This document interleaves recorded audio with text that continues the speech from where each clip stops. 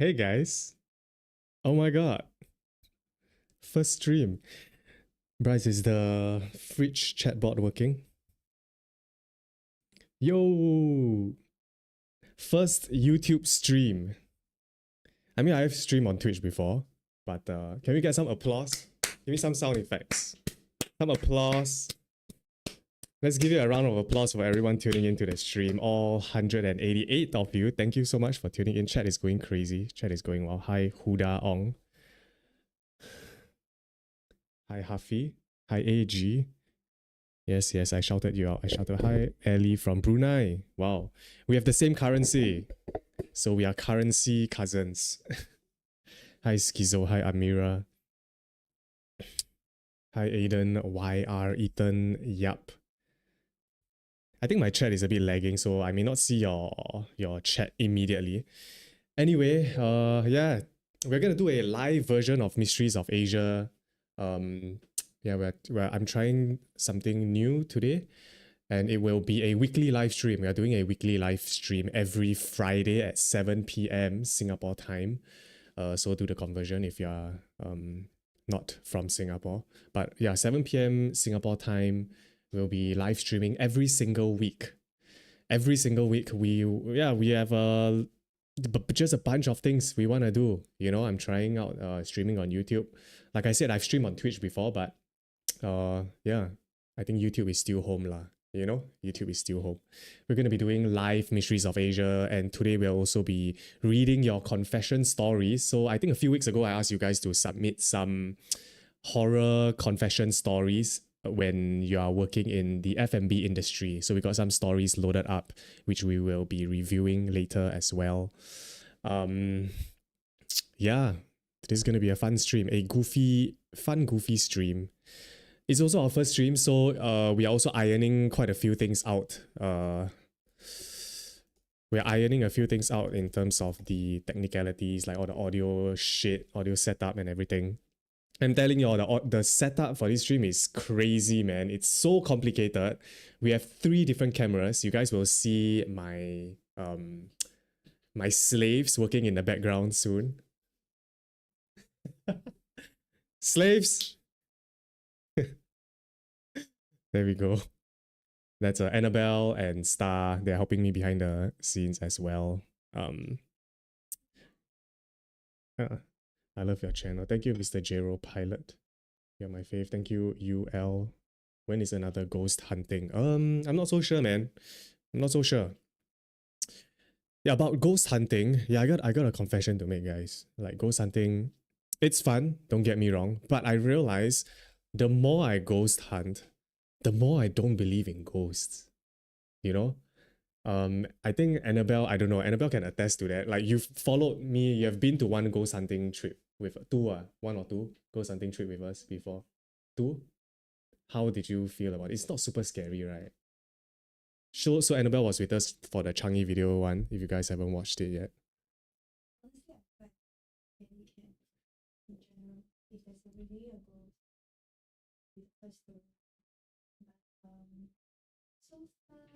Look at Annabelle speaking so softly, man. She's shy, is it? Huh? You shy, is it? 271 people talking. When we were testing the stream, you were so loud. Why are you whispering now? Oh, okay. We can't hear. Hey, they say got no audio. Can you guys hear Annabelle? Thanks for letting us know, guys. So please give feedback when you guys can't hear anything or can't hear the audio. Please let us know. Please let us know. No. Someone's gonna be fired on their first day. Someone's gonna get fired. Where's the audio? Where's the audio?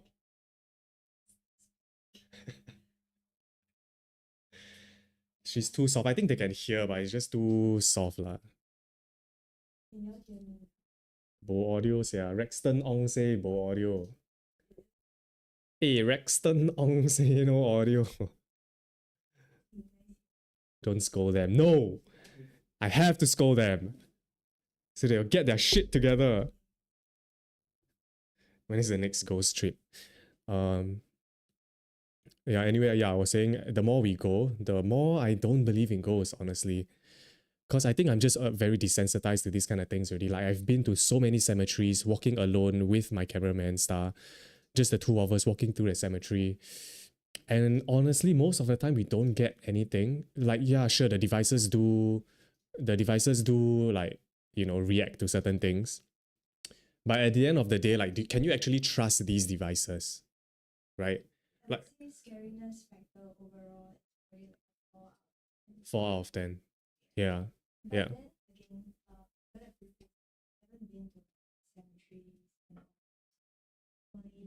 Changi one. Yeah, and we didn't manage to go inside Changi Hospital. We were just outside. Yeah. Yeah.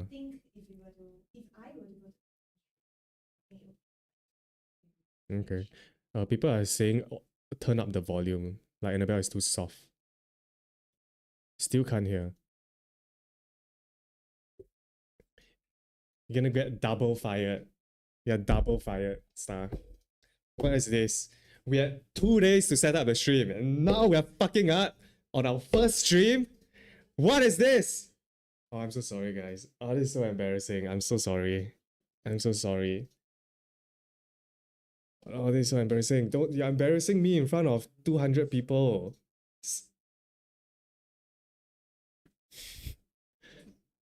Chill, man, chill. Go Malay Cemetery. We went to one Kubur Kasim Cemetery in Singapore, but unfortunately, when we reached there, the gate was locked, so we didn't manage to go in. Yeah, but honestly, I have to say Malay cemeteries look 10 times scarier, man. Because I know like a lot of them have those the cloth, is it? Like the cloth on top of the tombstone. Yeah, and it looks so scary. 311 people. Go haunt ghosts. Can you ghost hunt at the German ghost shrine? I already did. We went to the German ghost shrine. It's in our Pulau Ubin video. Yeah, it's the Pulau Ubin video. That was one of the scariest experience I've ever had. Yeah. So go watch that. It's the video at the Pulau Ubin, our Pulau Ubin video.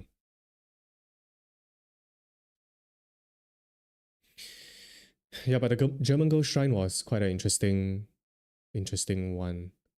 A very tragic story, lah. If it's even real, I think at this point it's a little bit like a folklore already. The German girl, but I think there are evidence that she actually existed. Hi, Dragon Prince. Hi, Ali. Ordinary. Bro, why you spamming Melvin lah? Cafe. I am. You know Sam and Kobe, of course. Of course, I mean, I don't know them personally, but I've seen their videos. Very nice, very entertaining videos. Is the mic fixed? What? It's supposed to work. It's supposed to work. How about your mic? Is your mic okay? Shoot. Why not y'all two just share that mic? You fuckers, man. Yeah, we just added this mic. Okay, can you guys hear Star and Annabelle? Do you believe in ghosts yet? Stephen Lim or Stephen Lim? No, I don't. I don't. I don't believe in ghosts. I do believe in energies though. Is that the same thing? No, chat is saying no.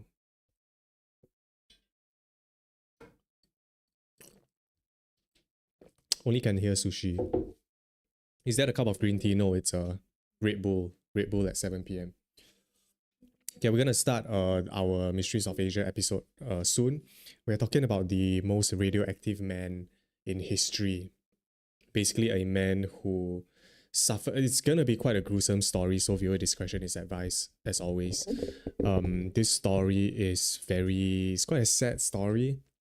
It's a man who, yeah, as the title says, is the most radioactive man in history, and we'll find out why. And he basically was at a nuclear power plant, and an accident happened. Wait, so the mic not working? I don't know why it's not working. Both of your mics. This one's supposed to work. It seems so that nobody can hear us. Is it monitor and output? Yeah. Volume maxed? In our headphones, we Can can hear. actually hear ourselves. So, not sure why. I am. I skibidi ass Mayoko. So you guys still can't hear Annabelle and Star. Is that correct? I said hi to your Discord. Thanks, Kaya. Cannot hear. Is it cannot hear or just super soft? Super soft. That's me every time after a shower. Can't hear them. So weird. We tested it yesterday and it worked there. It worked perfectly. Weird. Can you guys hear? Your voice clear, only them. Super soft. Can I get a shout out? Hi, Emu Solos. Cannot hear on my phone. Am I handsome? Yes, you are very handsome, local Herricks. Extremely handsome. My little handsome boy. Hmm? Why you cut your mullet short? Yeah, I know, I regretted it. I regret cutting my mullet, man. I feel like a nerd now. I was such a cool boy. I was so cool, but now without my mullet, I feel like a loser. I'm a nerd.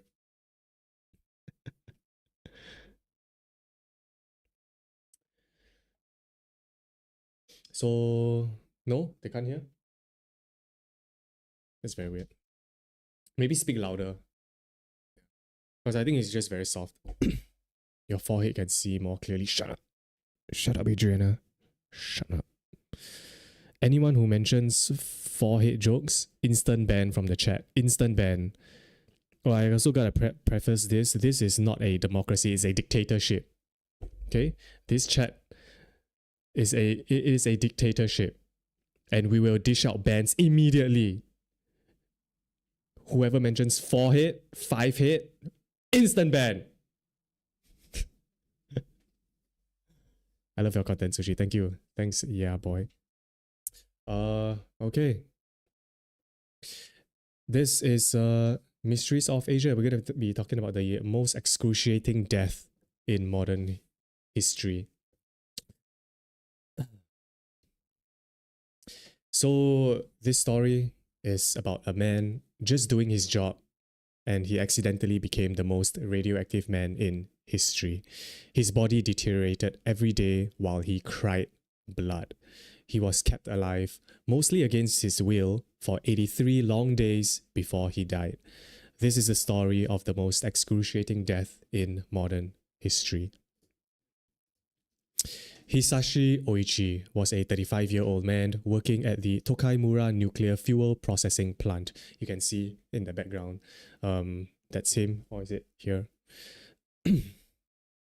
He was a reasonably handsome, well-built former high school rugby player with a wife and young son.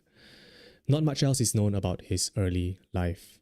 It was a normal Thursday morning on the 30th of September 1999. Hisashi Oichi and his team started work at a nuclear plant.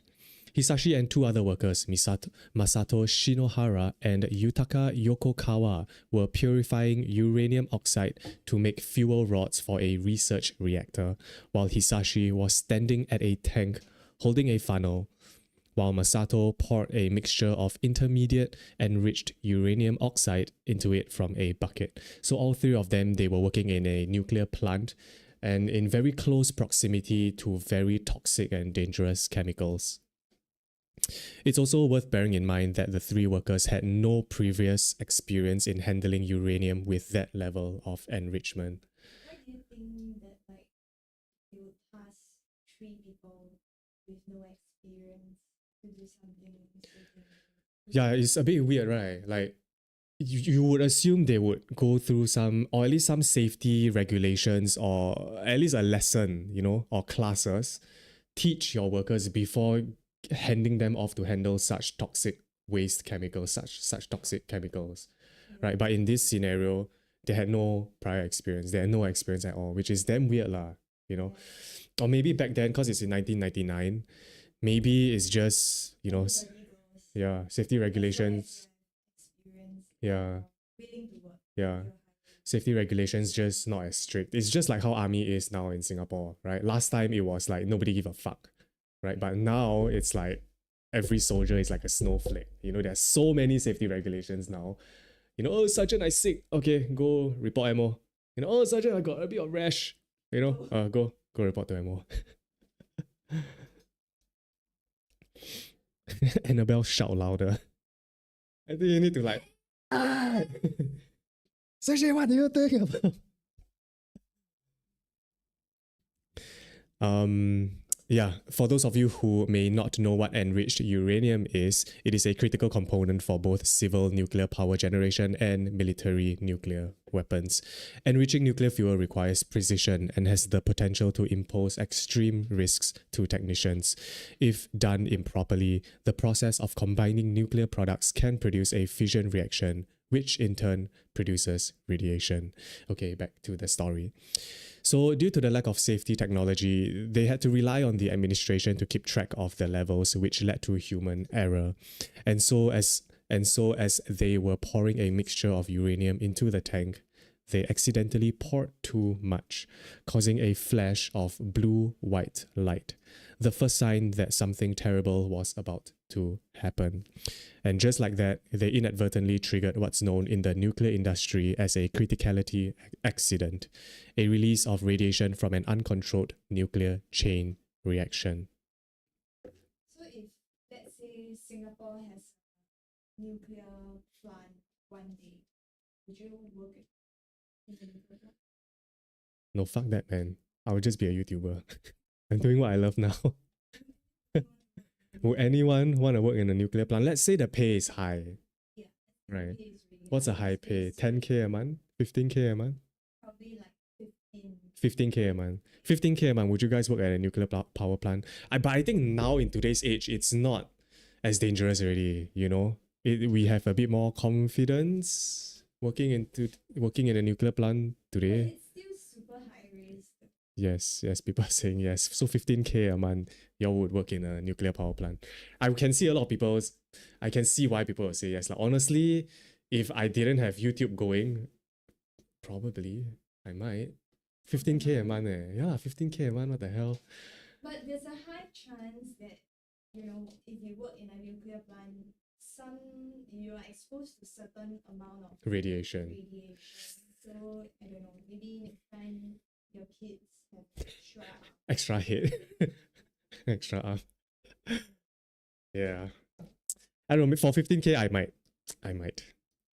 Okay, anyway, back to the story. So, since Hisashi was the closest to the nuclear reaction, he received an enormous amount of radiation, one of the highest recorded in human history during the accident. The other two guys also received high levels of gamma, neutron, and other radiation. But since Yutaka was further in another room, his radiation level was not as high as the other two who were directly on top of the tank.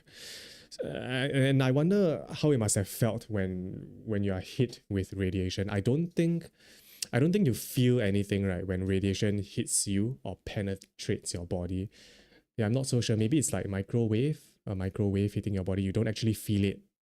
No, wait, actually you do feel microwaves. You do feel the physical sensations of microwaves. Like your body actually physically changes. Your blood boils.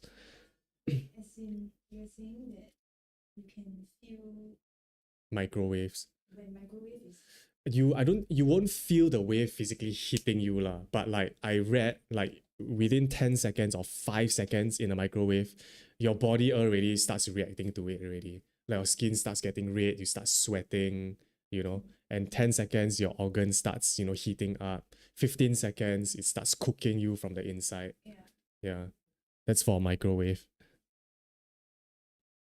Sushi, please shout out. Rexton, I already said your name. Hi, Rexton Ong. Is this live? Yes, this is live, Xavier. Back to the story.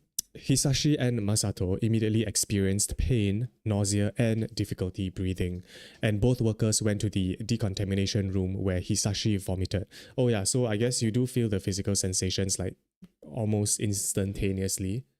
Yeah. And since Hisashi received the largest radiation exposure, it resulted in rapid difficulties with mobility, coherence, and loss of consciousness.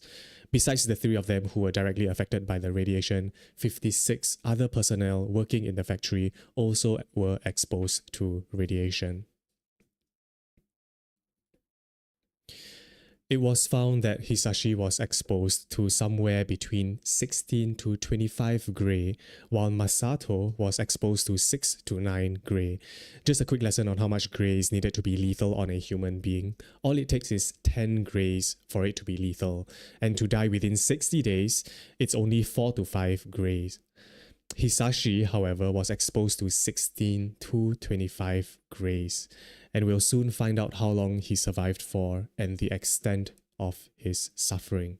And it's not gonna be pleasant, guys.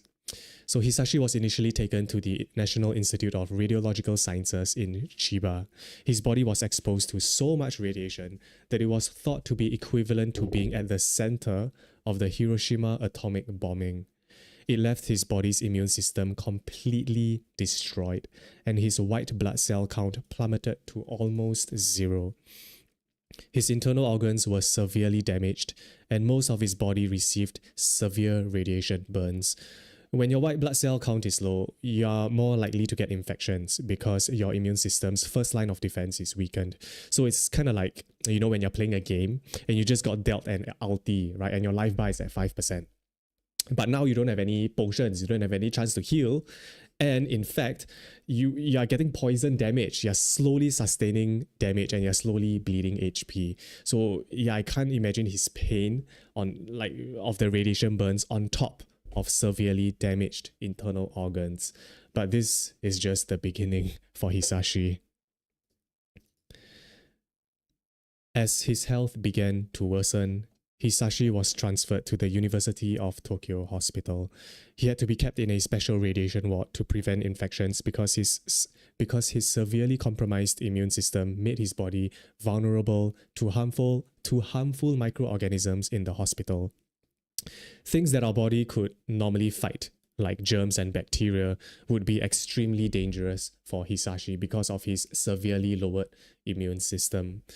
On October 6 and 7, about a week after the incident, the doctors tried to improve his immune system by performing the world's first peripheral blood stem cell transplantation with his sister as the donor.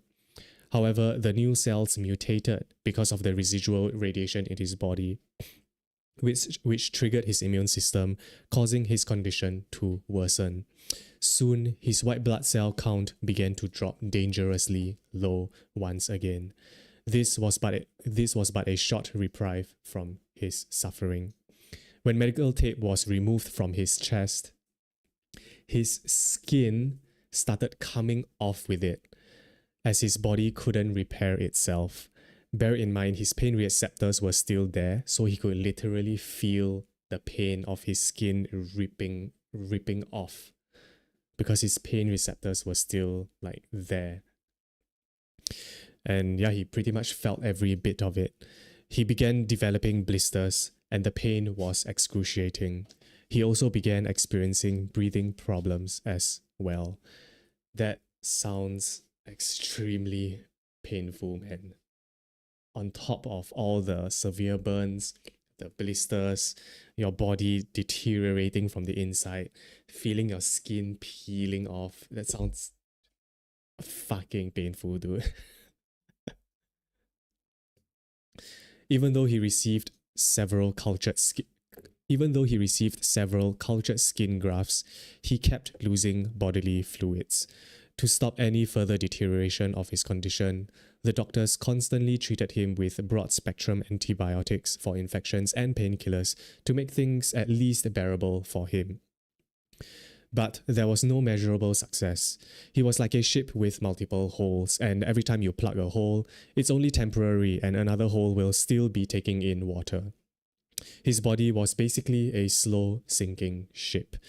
The medical personnel caring for him privately doubted whether treatment should be continued due to the lack of effectiveness and out of concern for the pain Hisashi was experiencing. 2 weeks, just 2 weeks after the incident, he was no longer able to eat, and he had to be fed intravenously.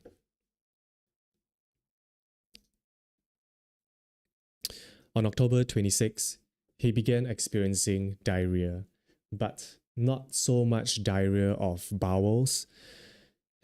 He was actually excreting his deteriorating and rotting intestine. No food was going through his gut to digest, and they found that when he was excreting diarrhea, it was basically his intestines breaking down into liquid. He was excreting 3 liters of diarrhea a day as his body was wasting away internally. Like, just to experience one of his many symptoms during this ordeal would be enough to make most people suffer their worst pain in their life, whether it was the radiation burns, the skin falling off, the full body blisters, the non-stop diarrhea, or internal bleeding. But Hisashi was experiencing all of this simultaneously. Since his skin and body wasn't keeping in fluids from the IV drips, he was basically wrapped in bandages and gauze to keep his body from leaking too much. I mean, I could see how this would not expose him to dirt and accidental cuts, but he basically became a huge open wound. His body was basically a giant open wound. And it took a team of 10 people 3 hours a day, every single day, just to change his bandages. And the team had to be extremely careful not to wrap too tight or to accidentally remove whatever little skin he had left. I remember when I was younger and I had a scrape from, falling down from a bicycle. I actually still have the scar here, and it was already super painful. I had to be in literal tears, and my mom had to come and help me change my bandages. And just to imagine the pain that Hisashi is going through right now in this scenario, it's so unimaginable. It's also worth mentioning that after they change his bandages, they will weigh his old bandages just to see how much fluid he's releasing. And he lost about 1 liter of fluids every single day. I wonder if at any point if he wanted this to end. And according to the book A Slow Death, 83 Days of Radiation and Sickness, Hisashi was said to have mentioned, "I can't take it anymore. I'm not a guinea pig. And he said this after a week into his treatment. But this is from a book. It's not really verified that Hisashi actually said this. But the reason this could be possible was because this is a very novel and unique case, right? So I guess some hospital staff or maybe even scientists would want to observe him and see how the human body actually reacts to being exposed to such a high level of radiation, because this was such a unique case. It's a very unique case study, right? So it's a possible theory that the doctors just wanted to keep him alive to see what they can do and how they can manage his body. Like I said, because this is such a novel case. As his body started to deteriorate, so did the skin around his eyes, which basically meant he was bleeding from his eyes too. Next to go was his nails, as they started falling off because the cells just couldn't hold them in place anymore. Ew, man. Ugh. Ew, dude. Imagine your nails just falling off like that. Just plop, because our cells cannot hold them any longer. Ugh. Honestly, I would start crying if all my nails wouldn't fall off. Because you cannot do manicure anymore, right? No more nice nails. My nails are falling. This is honestly damn sad. Like, I wouldn't want this even on my Oh yeah, lah, for sure, man. Of course. Yeah, no way. No way. Yeah. Dylan says maybe you should have given him some 身体牛鞭. Yeah, that will work. For sure, 身体牛鞭 is a superpower. For those of you who don't know or didn't watch my crime watch videos, 身体牛鞭 is basically a sex drug. It's an inside joke. It's an inside joke. Imagine it's just his rotting body, but he has a huge boner because he ate 身体牛鞭. Excuse me. This is supposed to be All right, okay, right. Okay, we're on Mysteries of Asia. This is Mysteries of Asia. We'll get to the fun and goofy stuff later, okay? I'm supposed to be somber and Dylan, stop it. Stop, don't ruin the vibe of the show. Okay? As his body started to deteriorate, so did the skin around his eyes, which basically meant he was bleeding from his eyes too.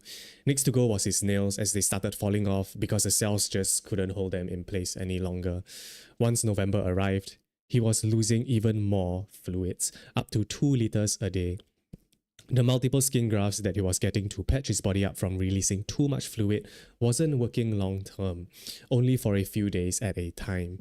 In total, he experienced almost 70 skin grafts in the 2 months that he was in the hospital. Imagine 70 skin grafts.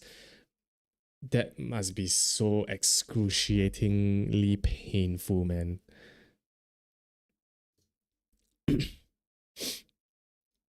Even though Hisashi's situation seemed worse than dire, his family still held on to hope that he could still pull through his ordeal. Hisashi's wife, son, parents, sister, and brother-in-law also visited Hisashi every single day during visiting hours and also began living within the waiting area. The doctors would give them regular updates on his condition and even had the waiting area made up with brighter colors and games to make it more accommodating for them. That's very sweet and very nice of the doctors.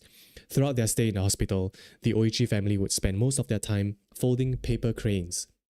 And they had a very melancholic reason for this, a very poignant reason for folding paper cranes, because it is said that the paper cranes were a symbol of hope and peace through, and this story of hope came through the story of Sadako Sasaki, who was exposed to radiation as an infant when the atomic bomb was dropped on Hiroshima during World War II. And the belief goes that for every 1,000 paper cranes one folds, you could make one wish.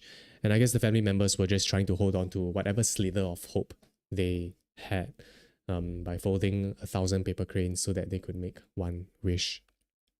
However, on November 27, 59 days after the incident, Hisashi suffered 3 heart attacks within the span of an hour.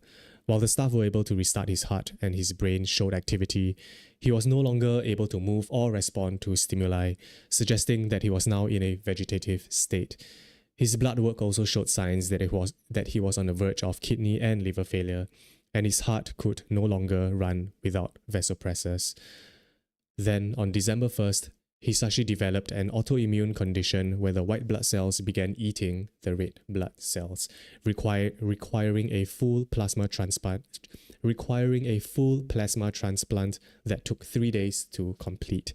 Between the life support equipment, constant blood transfusions, bandages, skin grafts, and now evidence that his own cells are trying to kill each other, the doctors came to the conclusion that there was nothing more that they could do. So the doctors basically gave up after trying everything that they could. And I can only imagine being the doctor that had to relay this message to the family, right? Imagine being the doctor, like you've been trying to save this man for 2 months, and then you have to be the one that walks into the accommodation area where the family is folding paper cranes, and say, hey guys, stop it, it's useless, it's futile, stop folding paper cranes. There's nothing we can do. I don't even know why they trying so hard. To save Hisashi? His blood cells were really breaking down quite a bit. Or maybe because this was back then, they were still trying to figure out what radiation is, how they can deal with it. To save people through radiation, but it was a lot of torture. Like, if it was me, I would have honestly wanted to just die. Yeah. I think it's pretty clear that Hisashi went through a lot of pain, and I wonder why he didn't say like just end me. Yeah. There's no concrete evidence. There are rumors that he did say that. Yeah. I would assume he would have said that, Perhaps the doctor was, I don't know. Even if you recover from What? Yeah, lor. your life will be It's ruined already. Yeah. Yeah. On December 19, doctors brought the Oichi family to an office that had all of Hisashi's vitals on charts and computers and spent many hours explaining every detail of the situation to them to help them understand that Hisashi is now just a body kept alive by machines. Some videos that you watch of parasites invading an insect's body, but that insect is actually dead. It's something like that. Basically saying that he would not survive a few seconds with all the machines turned off, and that his internals were so wasted that even if he somehow regained consciousness, there is no way his quality of life will ever be the same. The doctor felt that the next time his heart gives out, they should not try to restart it. And the family's response was a simple, "We understand." December 20th was the last time his family saw him, with the staff replacing the gauze on his face with a thinner variety so that his family members could at least see him for the last time.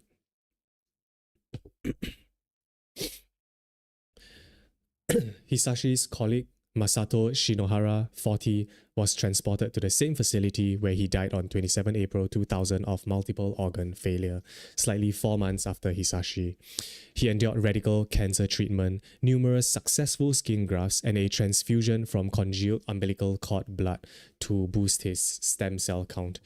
But despite surviving for 7 months, he was eventually unable to fight off radiation-exacerbated infections and internal bleeding and succumbed to fatal lung and kidney failure. So one of his colleagues also died, but he survived longer than Hisashi.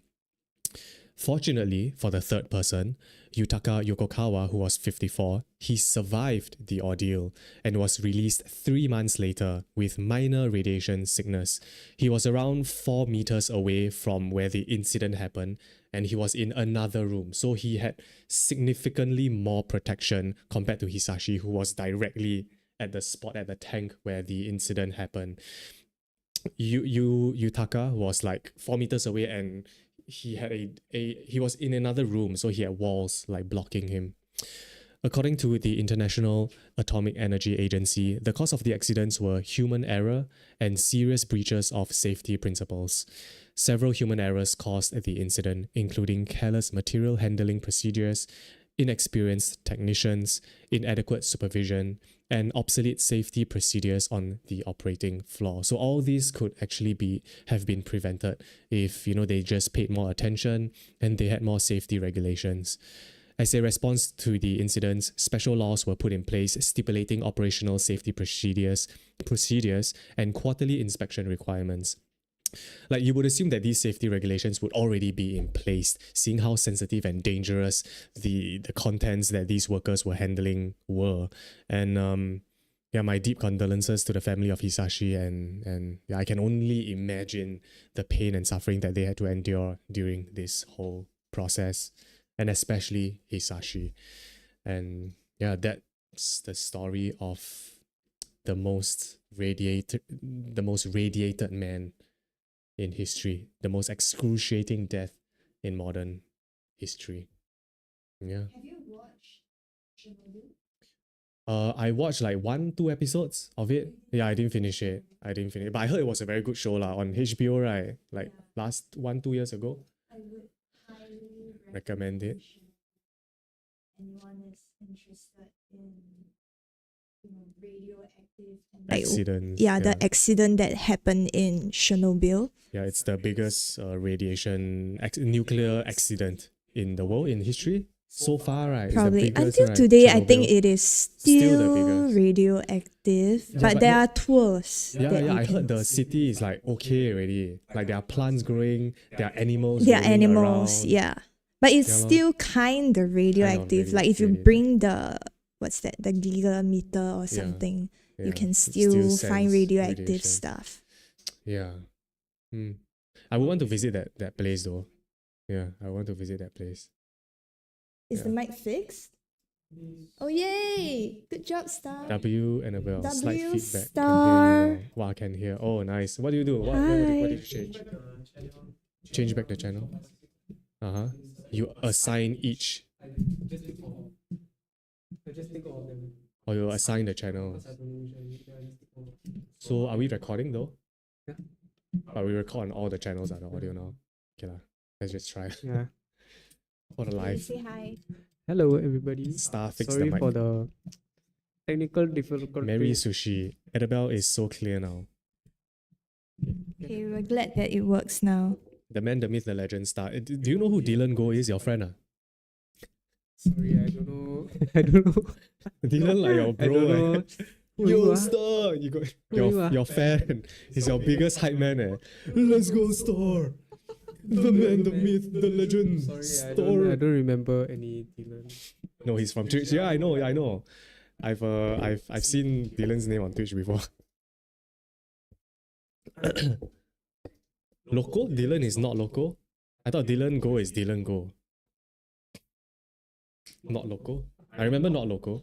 Anyone from Twitch? Anyone from my Twitch streams who are watching here now? I think I have a lot of new viewers on YouTube because I've been doing more horror content and more true crime content. I think it's a new audience. But I see some of you old viewers. I see some of you crime watchers.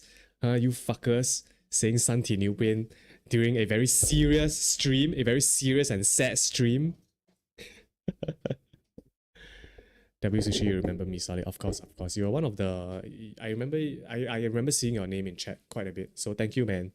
Thanks for like supporting and watching, and even being a channel member. I see you have the icon. Yeah. Also, guys, we'll be streaming. We're streaming every week, 7 p.m. And channel members get an extra stream every month. But yeah, right now the schedule is every Friday, 7 p.m. we'll be streaming. Our next segment will be, what was it? Oh, yeah, reading FMB, like horror stories. I don't want to say horror because people might think it's scary. It's basically just fucked up stories lah that you guys have submitted. Excuse me. It's basically fucked up stories that you guys have submitted about your time working in the F&B industry. So but I want to read the chat a bit first. Melvin, Scorpion Gang. Hi from Kuala Lumpur. Hi Aiden Productions. How long will this live be? Around 2 hours, 3 hours, 2 to 3 hours. How long have we been live? 45 minutes? 1 hour? How long is it? 45 minutes. 45 yeah, minutes? we started at 7. Okay, so one Mysteries of Asia episode is 45 minutes. I think the F&B horror stories might be a bit longer, maybe 1 hour, so maybe a 2-hour stream. Keep up the good work. Thank you. Thank you, the. Thank you, the. Is it the? Thanks, the, for the dono. Welcome, Alvin Hadi, to the Sneaky Society. Thank you for being a member. Hello first stream I caught. Yeah, this is the first stream. It's not the first stream that you caught. It is our first stream on YouTube as well. But yeah, expect more. We'll be streaming every week, every Friday. Every Friday, 7 p.m. You'll be seeing my face. Every Friday, we'll be here. I'll be here waiting. I'll be here waiting for you every Friday. Come and say hi. Every Friday, I'm here. I'm here every Friday, 7 p.m. Where to buy the merch? We'll be releasing merch soon. Still not up yet, but soon. We're trying our best to make it go. I think let's go to the let's read the stories now, shall we? Give me a sec.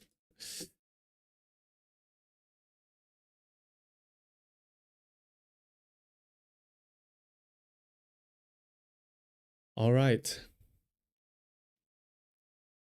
So she go to Sengkang. I go to Sengkang like quite often actually.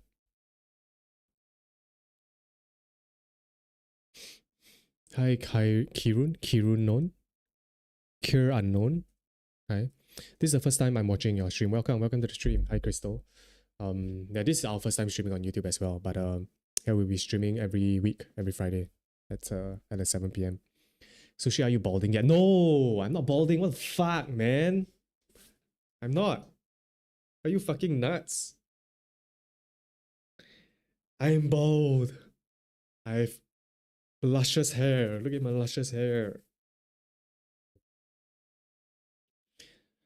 How big is your forehead? I don't know, man.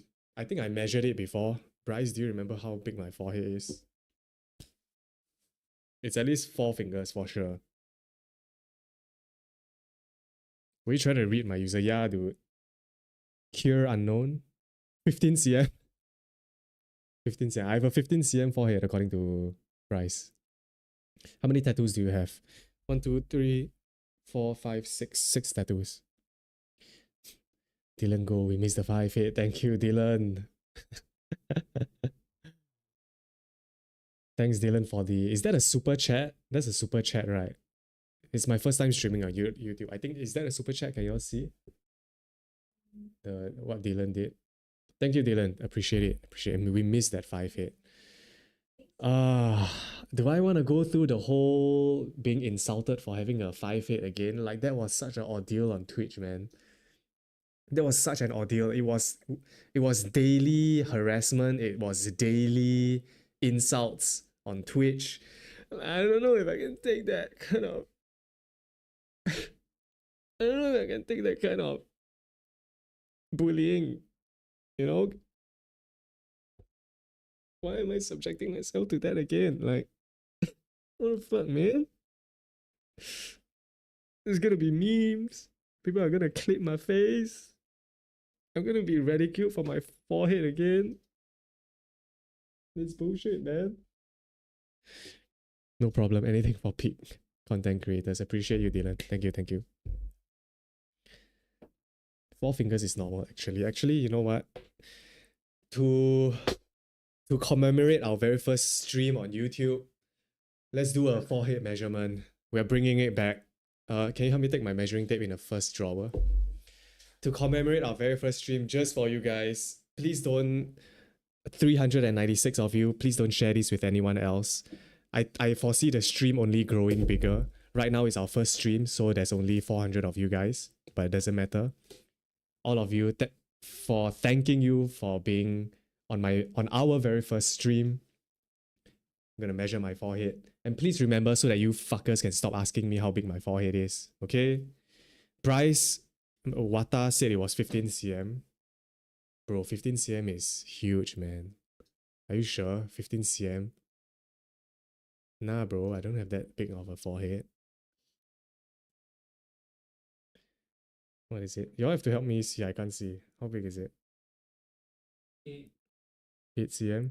9, 9 cm? 8, 8 cm. 8 cm. Yeah. To my eyebrows, 8 cm. Guys, it's official. I have a 8 cm forehead.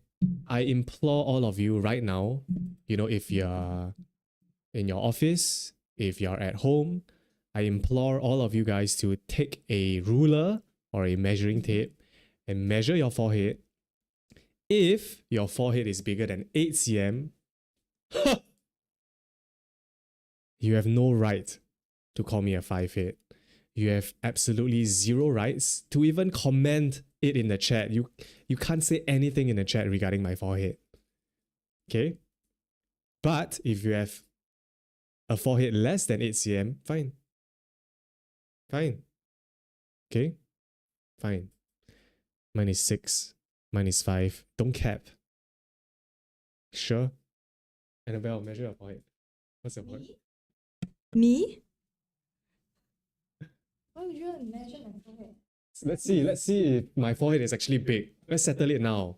Is my forehead actually big? Or actually you look like you have quite a small forehead. Do it on the camera. I don't know. See my forehead. Oh, you have a tiniest forehead lah. It's Yes. small. Okay lah. The 6.5. 6.5? 6.5. 6.5. Okay, Star, what's your forehead? I have a pretty. My For those of you who don't know, Star is my brother, so he should have a similar size forehead to me. my face quite small lah. Like to be honest. Don't know how many cm. How many cm? How big is it? 6. Oh. It's about 6? Yeah. Let me see your forehead. Let me see your. Pull up your hair. What the fuck? The genes have spoken, guys. It's not us. It's you. Shit, really? I really got a big forehead. Fuck, I was just playing in for the memes. Eh. It was filtered down. I was just playing in for the memes. I thought, yeah, sure. People call me big forehead. Sure, let's play. Let's lean into it. I actually have a big forehead. Shit. Alvin Hardy, thank you for the 10 super chat. Thank you so much. Thank you. And I think you also just joined the channel member, right? So appreciate it. Thank you. Thank you. We'll be here every week, every Friday, 7 p.m. So thank you. Thank you for supporting the stream, for being an early supporter. Time for memes. Did you guys like the Mysteries of Asia episode? Do you like it? Do you like the live version? I know I've been doing rather serious content quite recently, especially with the whole true crime stuff in Singapore and around the region. But we're doing it, we did it live just now for those of you who were here. Was it nice? Did you like it? Yes, yeah, you fucking shit. Of course you like it. What, are you gonna say no? Don't be yes man, guys. Say no, say you hate it. I need to be criticized so that I can improve. Say no, Sushi, it sucks, you fucking loser.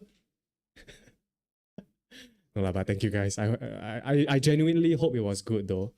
I genuinely hope it was nice, but we're obviously improving, and we'll try to improve on the next one. By adding maybe more sound effects, better music. It's disgusting. Oh my god, no. More life about true crime is fine, bro. I just like to hear a voice. Thanks, Alvin. Thanks, Habibi. Thank you, brother. Appreciate it. Thank you for the other 10. Thank you. Yeah, but I hope you guys enjoyed that.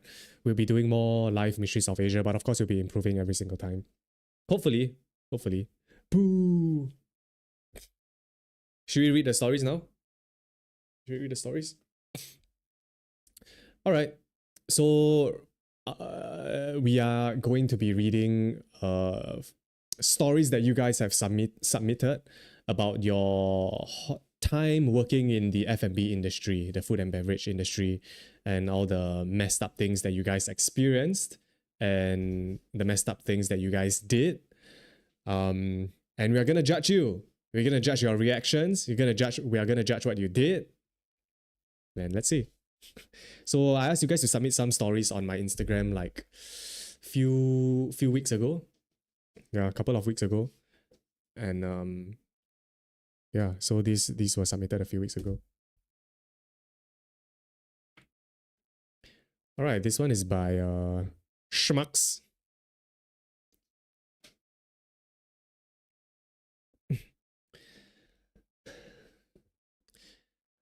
Okay, Schmucks said, "Oh, I really like how hype he or she is in the first sentence. This is gonna be insane!" In all caps, and this is gonna be insane. I was working at Itacho Sushi a few years back when I've only been to Itacho Sushi once. Do y'all like Itacho Sushi? Do you like Itacho Sushi? Itacho's great, man. Nice, I Yeah. can't remember how it was though. I think it was a good. It's a I had a bit good meal. expensive, but Is it on the more pricey side? slightly Is it more pricier pricey. than Sushiro? Do you know? More pricey than Genki Sushi lah, for sure. More pricey than Genki Sushi for sure. I think it's probably around the same or a bit more A bit expensive, more expensive. than Sushiro. Hmm. Yeah. I never even heard of Itacho Sushi. I think it was more famous last time. Yeah, but it's Right. great. It's nice. It's worth a try. I was working at Itacho Sushi a few years back when, Singapore influencer YouTuber was the shit. Wait, is it not the shit now? YouTubers are not the shit now? Hey man, I'm a YouTuber. What about me? Shit, am I in the wrong trade? I should be a TikToker. Yeah, YouTubers suck now. Now TikTok and IG Reels are the shit, right? Are we not the shit anymore? I'm in the wrong trade. I should have become a TikToker. Fuck. Why am I on YouTube? I should be doing OnlyFans. I should have an OnlyFans account. Like, fuck YouTube, man. Nah, just kidding. I love YouTube. YouTube is number one. That's my favorite platform. I don't even use TikTok at all, to be honest, except to post my own stuff.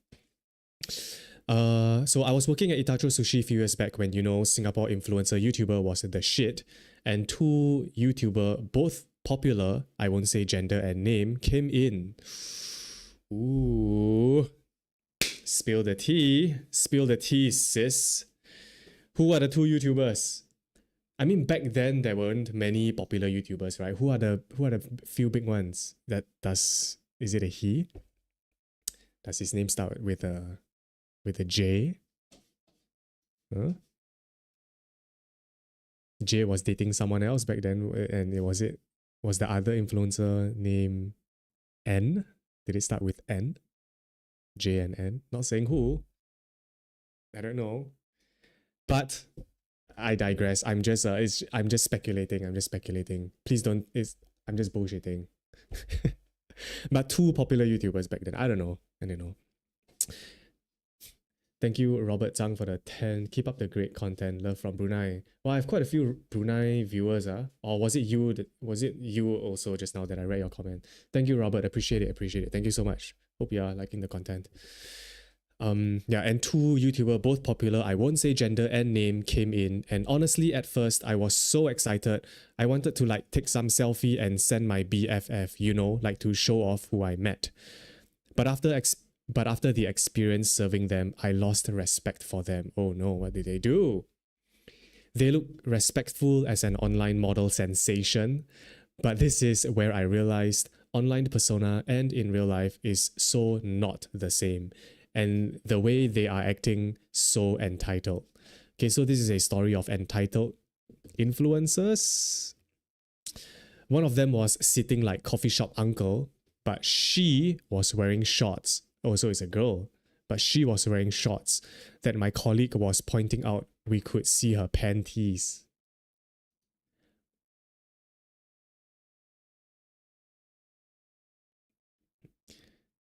Okay, so she was sitting like a coffee shop uncle.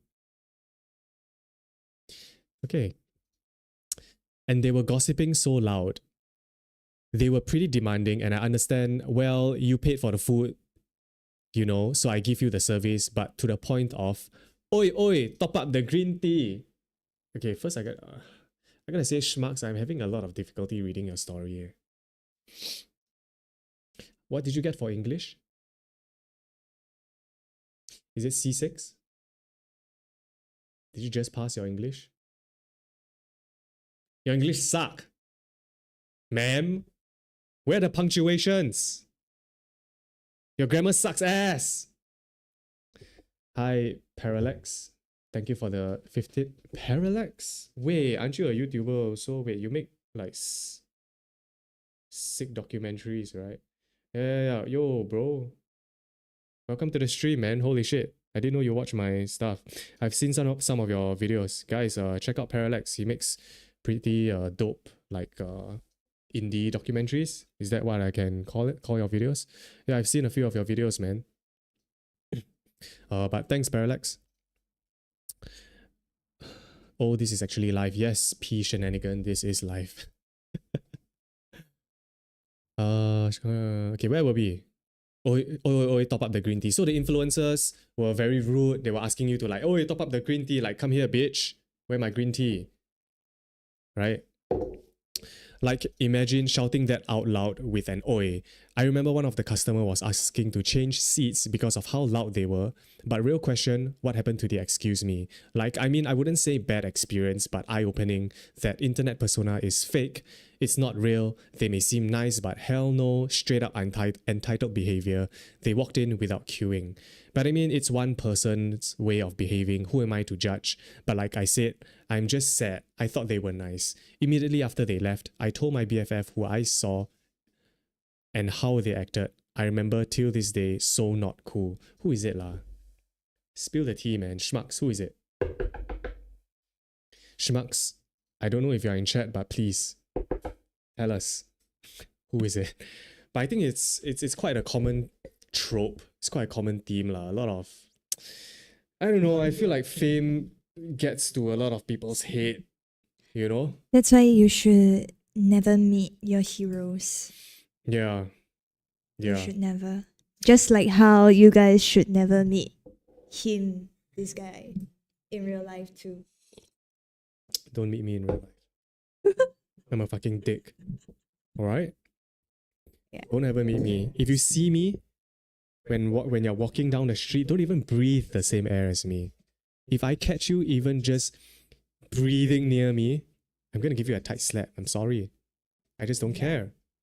If you that's don't exactly even, how it is. Don't even look at me. Don't even like Annabelle and Star, when you see them looking here, they're not even looking at me. They're not giving me eye contact because they're banned from giving me eye contact. Have you seen how he treats us? Look at how he scolds Star. Exactly. They're not paid. They don't get food. They don't get water here. Okay? It's a jail. It's a prison. Same goes for all of you. If you ever see me in the streets, don't even look in my direction. If I catch you giving me eye contact, you're dead. It's a tight slap across your face. Get out of here. Get the fuck out of here. Get. I'll give you guys one of those supercharged slaps. Get out. You know? Don't look at me. That's what I'm gonna do. I warned you guys. I warn you guys. If you see me, prepare for a slap. Get out. Anyway, thanks Schmucks for your story. Appreciate it. But yeah, you know, one of the sayings I always tell people or say is that you can judge a person's character by the way they treat service staff, servers, waiters, hotel receptionists, hotel staffs, you know, your domestic helper. Like me personally, I use that as a barometer to judge someone's character or to see what kind of person they are. Because if they are able to treat the people that, you know, on the surface seems to be, you know, I guess on a lower level than them, right? Because if you're a service staff, your job is to service people, right? If they can treat people in the service line with respect, then I'm like, yeah, this person's a normal dude. Like, he's a good person, you know. But I have seen people and I have met people personally that just treat service staff like shit. And yeah, soon after that, I just don't meet them anymore. Yeah.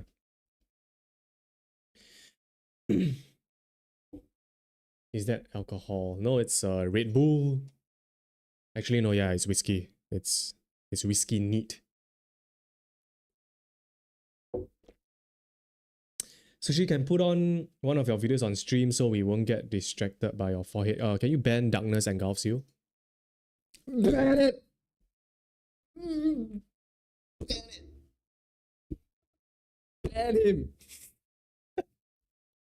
No, I'm just kidding lah. Don't ban him. What did I say? Time out. Whoever mentions forehead, time out. Stand in the corner. They need to go into the naughty corner. Yeah, you gotta go to the naughty corner. I saw you and breathe your air.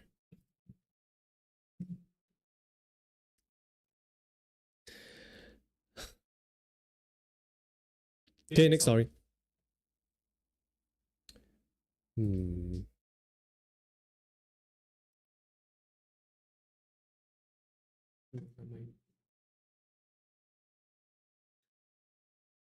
All right, let's read this.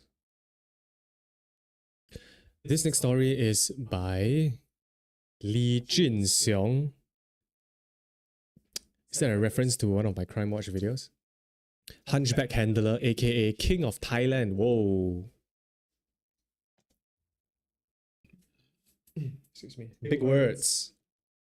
Big proclamations. King of Thailand. Hi, what the fuck, are we live? Yes, we are live. Liu, thanks for joining the stream. Hi, Hao, hi, Desmond, hi, Haru, hi, Melvin Ho. Unknown person to you. Shame corner. Hi, Kitty Toast. Okay, this story is by Li Junxiong. First off, some things about me. I keep a clean and posh, proper appearance, but underneath, I have long armpit and pubic hair since I shave every 2 to 3 months. I also have tonsil stones.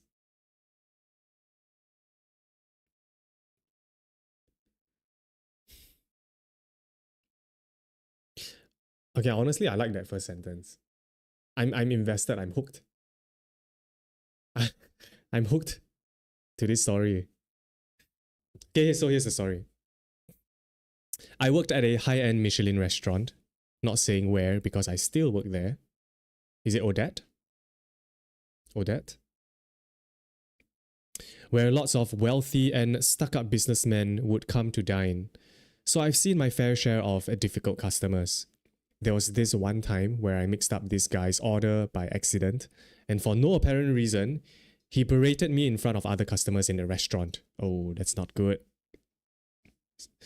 That's not a good experience. So you mixed up his order. So you kind of did fuck up lah. You kind of did fuck up. Not sure is it because he wanted to flex in front of his girlfriend, so I apologized and returned with the correct dish immediately. Okay, I gotta say something. Pause, time out.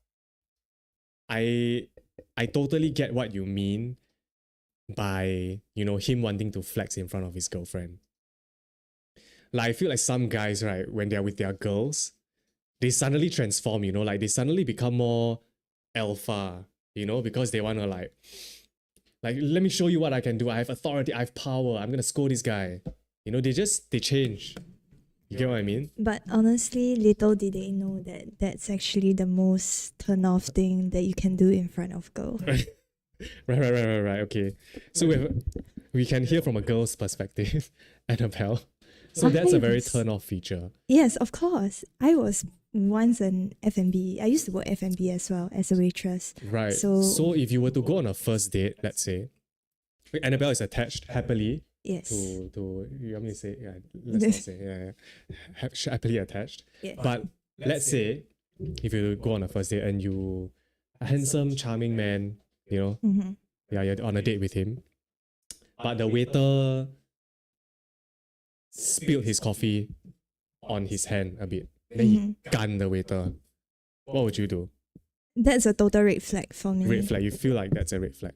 Yeah. I wouldn't be able to accept that kind of outburst of emotions. Yeah. The first thing for me, the first thing that I look for in a person is kindness. So if you are only kind to people that you think is of Benefit. the same level as you, Right. and then, you treat, I don't know, staffs or like people that are technically, working for you badly, then it It's a show of shows a lot character of lah. your character. How would you react in that scenario? Okay, let's say I'm the guy. I'm the Yeah. guy. Hi. Oh, we just matched on Tinder. Oh, you look better in real life. Hi. Hi. Waiter comes spill on my hand. Hey, fuck lah! What are you doing? You cannot see, is it? Can't you see I'm having a date with her? What are you doing? Sorry, yeah, that fucking waiter, right? What a fucking bitch. Can't believe she spilled coffee on my hand. Anyway, where were we? So what are your hobbies? Why are you having this outburst of energy? Are you crazy? No, because she's a bitch. She spilled coffee on my hand, can't you see?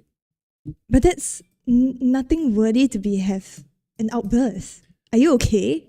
No, it has everything to do with the outburst, okay? Like these fucking peasants, they don't know their place. They need to be scolded. No, there's no need. Okay, I think this date has ended. No. I think this date is over. I think this date is over. Great! Ugh. Yeah, but it shows a lot of fragile masculinity. Yeah, Like- yeah, I get what you mean. Yeah. Yeah. But do you think you can sense that kind of energy easily? I feel like girls are very sensitive to this kind of like y'all know when guys are bullshitting. Y'all know I y'all think can to a sense when certain a guy is extent. overcompensating for something. Or like, Yeah. you know, why you need to act like that? You know? Yeah. I think to a certain extent, you can always feel it if, especially when guys say that, pink color is for girls only. Yeah. Guys shouldn't wear pink. It's like, what the hell? It's just a color. Right. Like, Right. If but you I'll are never wear pink. confident, Yeah, but I'll never wear pink. Fuck pink. if you are confident enough I kid, in I your kid. own masculinity, it I get what doesn't you mean matter. lah. Yeah, yeah. Even I get if what a you mean. guy, to me, even if a guy wears skirts, look at Harry Styles, man. Would you say that he's gay? No, he's not. He's not gay. He's not gay. But I think you also He's need to. confident. I think it's based on character lah. Cause I think he plays into the whole. How do I say?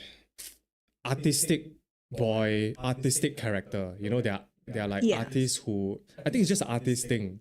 you Yeah, know? but even if, to me, like if a guy dresses well, in Singapore locally, not an artist or it's just anyone. Maybe he just enjoys the style of it. Yeah. I think it's perfectly fine. So if Gary wears a miniskirt to go out tomorrow, yeah, okay. If he wants to, If he but wants to, and he wears a miniskirt. But everything obviously else he the same. wouldn't. Tank top, miniskirt. But that's his style, yo.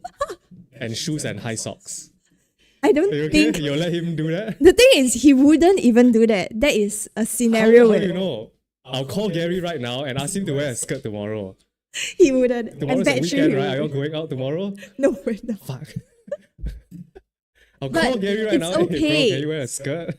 The moral of the story is it's okay as long as you're confident in yourself. It See, doesn't Louis matter. calling you Hamzi. Louis Liu is calling you Hamzi. Annabelle Hamzi. You don't dare to let. Ellen says, "Star, would you wear a mini skirt for me?" Pastor. It's a firm no. No, because I feel like Harry Styles wears it for MVs. What he don't walk around with. He Does- does. oh, he does? He Does he? wore it on his concerts and. But that's when he's performing, ma. But you I- don't like if you go buy Starbucks, you don't see him wearing a skirt. I don't know, maybe like sarong. Sarong. so what's wrong with sarong? Sarong people wear it like to go out. What? Yeah, it's Yeah, okay. Sarong is Honestly, different. what you wear, it doesn't matter that much. I feel. But that's just a personal. Opinion. Yeah, it's subjective lah. Just wear whatever you feel comfortable wearing, guys. Okay, just wear whatever you feel comfortable with. If you don't want to wear a skirt, don't wear a skirt. If you want to wear a skirt, wear a skirt. Nobody cares. What matters most is you yourself personally are happy with how you look. Your content warms the cockles of my heart. Oh my god, what an old joke. You must be an OG viewer. That was in my James Lim video. Thanks for watching. Okay, wow, we went down a tangent right there. Where were we? Oh yeah, okay. Not sure is it because he wanted to flex in front of my girlfriend. So I apologized and returned with the correct dish immediately. Okay, to catch you guys up, or for those of you who are just coming into the stream. Basically, OP, the person who wrote this, got scolded for mixing up the dish, and he got scolded by a customer. And this customer perhaps wanted to flex in front of his girlfriend, so he reprimanded, like he berated our viewer. But he decided to make my life difficult and decide to escalate the situation.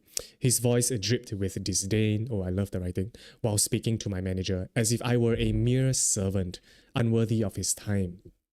My manager quelled him down by offering him a free dish for him and his girlfriend. He slightly raised his voice and replied, I do not want this incompetent human who cannot do a simple task such as serving a dish serving me.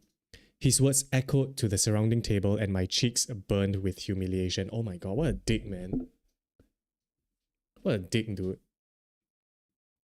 Feeling the eyes of the diners piercing through me like daggers, my manager resumed to her duties and I hid back to the kitchen, disgusted what had just happened. It just hit me and a wave of anger just took over me.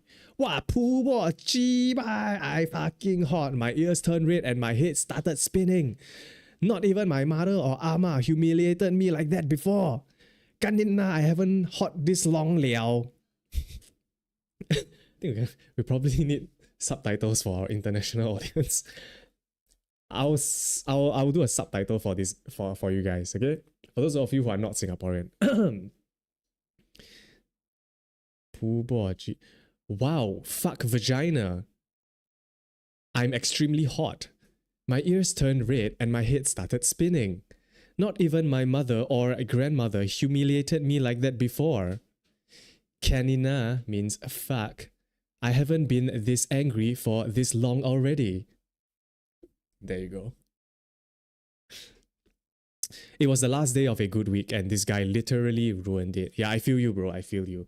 I feel you. Like, I think I get your anger because you are at the end of the day working in an establishment as a service staff and there's really nothing you can do. I think the frustration you're feeling is just a sense of helplessness and hopelessness. Like you can't do anything even though you're so angry at this guy.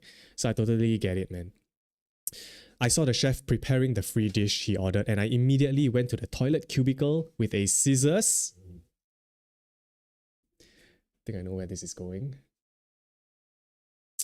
I proceeded to trim my long ass pubic hair and armpit. I feel like this stream is gonna get demonetized, man. I don't think I can monetize this stream. Shit. I should have QC'd the submissions. Whatever, we're already in this deep. I proceeded to trim my long ass pubic hair and armpit hair until it was very short. Macam sugar and salt grain. So just like sugar and salt grain. And collected it within a small bag. Then I forcefully plucked out a small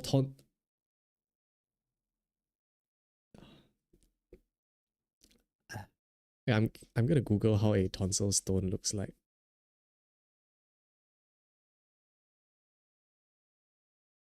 Ah!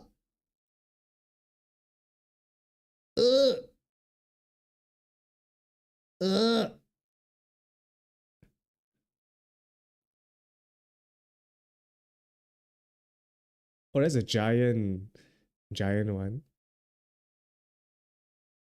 Ah. You disgusting, bro. You so nasty, bro. That's gross, man.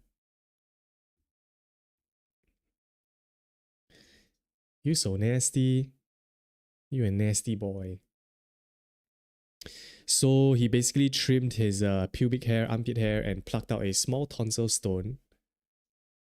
And he returned to the kitchen and his food was ready to be served. Without drawing attention, I quickly mixed my armpit hair, pubic hair, tonsil stone with a huge booger into his dish and mixed it so you can't visibly see it. And I even asked the chef to add more gravy to blend everything in better. Didn't add to his girlfriend's dish, she didn't deserve the punishment. I hid and watched from the kitchen as my colleague served the dish. I continued with my responsibilities serving other customers while occasionally walking past them to apologize and ask how their food was and giving them drink refills, all while wearing a huge grin on my face. To be honest, this weighed on me very long already. So thanks for requesting this anonymous submission. Big fan, by the way. Thank you, Lee Jin Seong, for submitting this horrifying story. I can only wish that this story is not true. I hope you fabricated it. Oh, I mean, but then again, fuck that guy because he was being a dick to you. Oh my god, but the tonsil stones though. That's so gross. I think the moral of the story is be nice to your service staff. Be nice. Because at the end of the day, yes, they are serving you, but they still have a huge control over what you are eating for the night. You don't want to piss any one of them off. Because what if you kena one Li Jin Xiong? Walao, you plug some tonsil stone flick in your bak chor mee, what to, bro? Die. GG. You can't. Yo, is this his first YouTube live? Yes, Tiumi, yes, it's our first YouTube live. We'll be streaming every Friday, 7 p.m. So join us next week as well.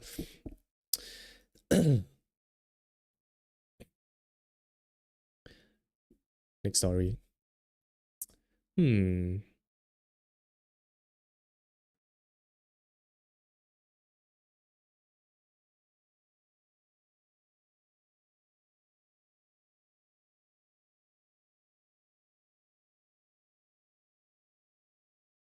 All right, this next story is by Snowskin.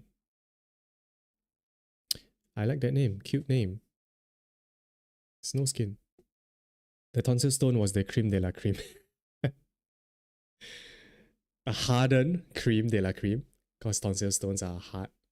Thank you, but thank you, Dylan, for the 15. Appreciate it. Thank you so much, bro.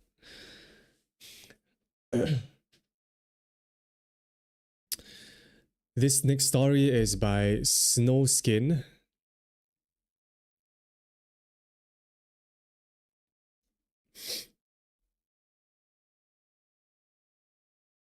How long is the stream? I don't know, man. As long as we want to go, but I estimate 2 to 3 hours.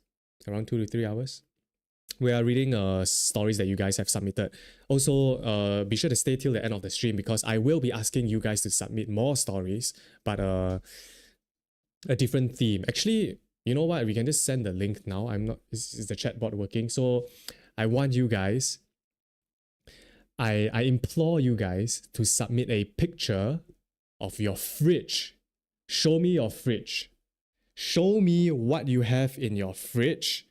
And I want to judge it. I want to roast it. I want to see your fridge. Take a picture of it. Let me see what's inside. Let me see what's inside your fridge. I want to see what you're eating. I want to see how much of a degen you are. Or maybe you're thriving. Maybe your fridge is very neat. Show me your fridge. So you can click the link in the chat. I think my mod Bryce already sent the link. If you guys want to submit your fridge pictures, please do submit it. I'll let you guys in on a small detail. Do you want to know what is in his fridge? Nothing. Kosong. Nothing today. Nothing. No, Not wait, even wait. drinks. No, wait. One can of Wait, one wait, packet wait, of wait, green wait. tea. Wait. There's nothing in his fridge. Empty.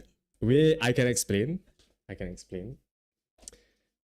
3 weeks ago, when y'all came over to my house, what was in my fridge? Nothing. No, don't lie. What was in my fridge? It was stocked full of drinks. Okay, it was stocked full of drinks. I had 6-pack Milo, 6-pack peach oolong tea, 12 cans of vanilla Coke, full of drinks, green tea. My fridge is full of drinks. Why is it empty today? I'll tell you why. I'll tell you why it's empty today. Because where am I going tomorrow? Bali. I'm flying to Bali. So why the fuck would I have drinks in my fridge if I'm going to Bali? No one's gonna drink it. For when No one's you gonna come drink back. it. That's why it's empty, okay? I can explain. Mic drop. Okay? Okay, but most of the time it's usually always empty. Hey, wow, Truth. can y'all don't lie? But What the drinks won't fuck? expire so fast, what? You can like leave drinks inside for like a month. Okay, lah, fuck lah, I'm just lazy lah, fuck it lah. Fuck lah, whatever lah. It's I'm just a lazy, I'm just lazy, typical- fine. Fine. Bro doesn't cook. Honestly, I don't really cook lah, to be honest. The most I cook is like instant noodles, maybe some vegetables. I do stir fry vegetables. Okay, anyway, where were we? Back to the story. Snow skin.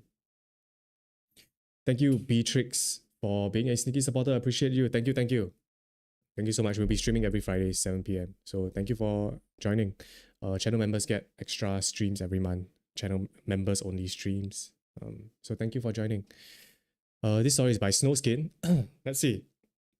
When I was in my poly days, I worked at this particularly well-known hotel to sell mooncakes. So they had a booth below their hotels and people would come by to eat samples and buy mooncakes. Yeah, I'm guessing it's one of those roadshows. The mooncakes were not cheap, especially the snow skin ones with chocolate inside.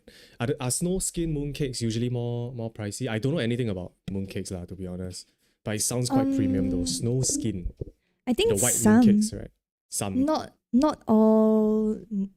all snow skin mooncakes are pricier, but it depends. And Also, it's depends on not- the brand also. It's not like durian labelings lah. Like if it's fucking what, I don't know, Mao Shan Wang or like I mean, black there's Mao gold. Shan Wang snow skin mooncakes. Those are expensive. ooh. Yeah, I think durian mooncakes are usually more expensive, Yeah. right? Yeah. Snow skin mooncakes, okay. Especially the snow skin ones with chocolate inside, which to the younger me was heavenly delicious and not sinful at all. That sounds quite delicious actually. Snow skin mooncake with chocolate inside. Holy shit, I'm getting hungry. Even my fellow part-timer friends ate like one entire snow skin mooncake every single day. So whenever we have to replenish the mooncakes, we would go to either the basement or level 2, where they built a air-conditioned container-looking room to store mooncakes and equipments. Okay, fair enough, makes sense. This particular day, this person or manager who is in charge of us part-timers, all girls, may I add, said that we need to replenish the mooncakes. Previously, whenever we need to replenish, we the part-timers would partner each other up to go together, as we were allowed to snack on free mooncakes when customers were not looking. Hey, bad slay. Yeah man, get that free mooncakes, yo. Get it. Get the free mooncakes, you know? Nobody's watching, you're at work, you're working hard, sometimes you just need a break. Sometimes you just need a mooncake, just eat it, man. Go for it.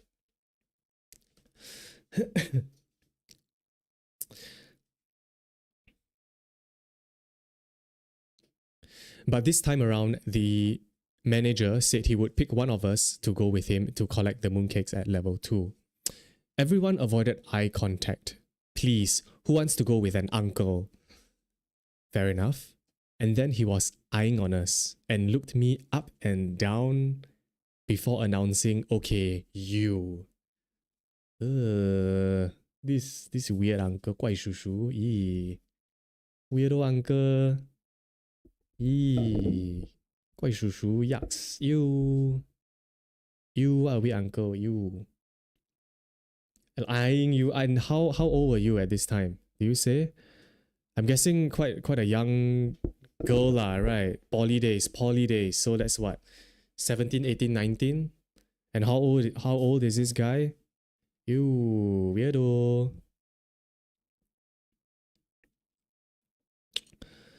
And he was eyeing on us and looked me up and down, and before announcing, okay, you. So he picked you to follow him to go get the mooncakes. But whatever, it would be a quick one anyways. So we went up, and when we were inside, I have no idea why, but there was this plastic chair in the middle of the room beside the fridge where the mooncakes were. Why was there a plastic chair? Is this casting chair? It was never there previously. He walked in, locked the door, and sat on the chair. I asked why he locked the door, and he said, "Oh, so you can eat as many mooncakes as you want."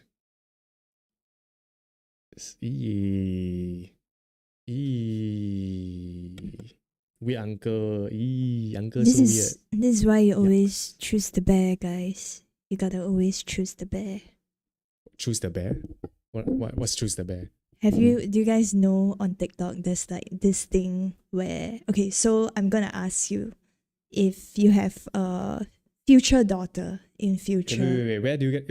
Is this a TikTok thing? Yeah, it's like a thing on TikTok where they ask guys. So Hmm. like imagine your future daughter, Yes. they're stuck in the forest where she can only be stuck with either a bear or a man. How did she get stuck in the forest? Why is she there?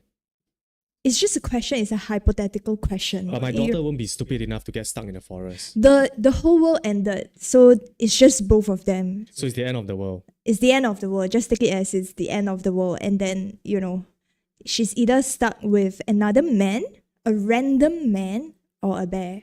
Who would you rather Oh, okay. she be stuck with? Yeah, I get the question. So it's like a bear will instantly kill you because it's a bear. It's gonna maul you to death. Yes. A man can also kill you, but he may not also. He but may when he not. kills you, you don't know how he'll kill you. Yes. So you're asking me to choose between the good of humanity or the bad of humanity. Like, do I trust this man to look after my daughter? Would you trust a random Or man to? Will he kill, Yeah. sexually assault my daughter, torture her, Yeah. kind of thing? I don't know. Which one will you choose, guys? Always choose the bear. What kind of bear? You don't know who's the man. It can be It's a random a stranger. random, it's a random man. man. Yeah. What does the man look like? It doesn't matter. Why does it Then I matter can- how you look Then like? I can like analyze and and you The know. bear, the man looks like Lee Hsien Long. Wow. A very gentle man, poised, posh, looks of high stature, but you don't know what's going on in his head. Hmm. Lee Hsien Long, he looks like Lee Hsien Long. Hmm. Okay, but the thing is, right? So the trend that went on TikTok, Hi, bro. guys Thanks for tuning in. usually they will choose, another man. But I like, would choose another man but if like I'm being women honest. in general, without a doubt, they Will always choose say the bear. Really? Yeah. Any females in general. chat? Did y'all choose a bear? Back me up, guys. Females in the chat. Do y'all choose bear or man? I would choose a man because I'm banking and I'm banking on the good of humanity. I trust humanity to take care of my daughter. I'm banking on that. See, bear. Actually, yes, bear. Bear for real. Teddy bear. It's understandable for women. Bear over man. Oh my gosh, everyone's choosing bear, really? Bear is less scary. Yeah. I can see that point. I can see where you're coming from because you don't know what the man will do, right? Will he torture Yeah. her? Will he like treat her like a slave, kidnap her? And know? I wouldn't want to be any of those situations. If you put me in those situations, I would rather just be Killed instantly by a instantly. bear. Yeah. Almost instantly. Yeah. Hey, but bears, you will die a very painful, gruesome death. They don't kill you instantly. They don't give a fuck. They just eat you from your stomach, your guts. Yeah, but They you don't like kind of purposely just crack your head or like, okay, he's dead. Then I mean, eat him. if he He cracks eats your you when head, you're alive, have you seen The Revenant? I don't know. Leonardo Maybe I'll just DiCaprio stab was myself lah. mauled. Stab myself first. Instantly kill yourself first. Interesting. That was an interesting question. I would probably choose man, but I think most of y'all would choose bear, right? Okay, where were we? Oh yeah, this weird uncle, this guy Shushu. He walked in, locked the door, sat on the chair. I asked why he locked the door, and he said, "Oh, so you can eat as many mooncakes as you want." So he locked the door. Innocently, I didn't think much about it, so he asked me to sit down. Sit where though? But there were no other chairs around besides the one that he was sitting on. When I told him that there were no other chairs around, his eyes went over to his thigh, signaling me to sit. Ew, what the fuck? I was naive but not so dumb, okay? And this weirdo, man. This freaking weirdo. So he wants you to sit on his lap. Like, come sit on uncle's lap. And do what? Eat mooncakes together, read storybook, tell you a bedtime story? What does he want to do? I smiled and sat on. Oh my gosh! Okay, you sat on top of it. I smiled and sat on top of the fridge instead. I thought you were gonna sit on his lap, sis. I thought you said I smiled and I sat on his lap and ate some mooncakes together. Okay, so you sat on top of the fridge instead. Okay, thank goodness you did that. He then started talking about his family matters and how sad his relationship with his wife has been. To be honest, I don't give a shit. As you shouldn't. Why would you give a shit about that? I just want to eat my mooncake and go find my friends. He talked and talked, wiped his tears and all, and then seeing that I have no reaction, he stood up and said, okay, let's leave. To this day, I have no idea what he wanted. Did he expect me to console him? A 17-year-old consoling a late 30s to 40s dude. What a loser, man. I didn't think much after, but as I got older, I find it sickening that what if it's some other girl who went up and something bad happened? The room was locked and no CCTV, and we were just part-timers. I am very happy that you got out of there unscathed, and thankfully he wasn't violent and he wasn't, he didn't hurt you in any way. But yeah, I can imagine that would be quite a terrifying situation to be in, especially if you're a 17-year-old girl. What would you do if you were in her shoes? If you were in Snowskin's shoes, Annabelle? If I was stuck in a room with a 40-year-old dude and he say like, 小妹妹, sit on my lap, wanna eat mooncakes together? honestly, eat I'll be some super mooncakes? creeped out, but I'll probably prepare myself anytime to just Like to fight, to fight him. Yeah.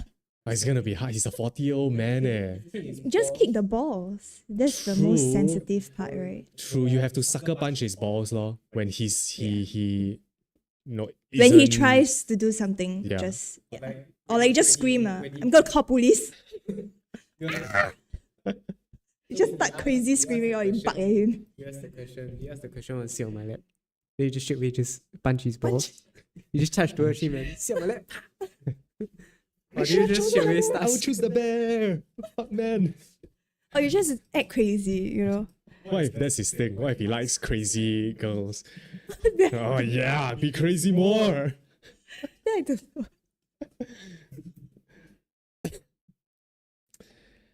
In this case, I can see why you would choose the bear.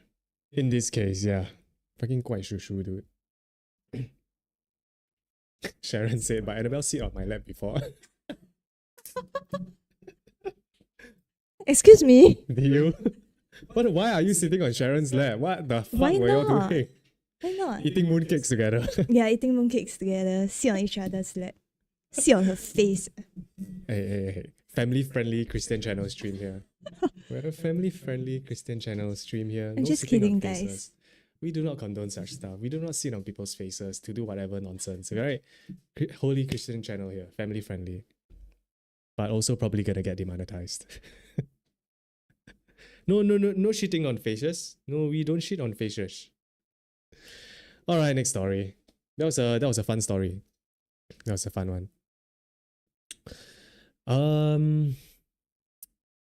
Let's see.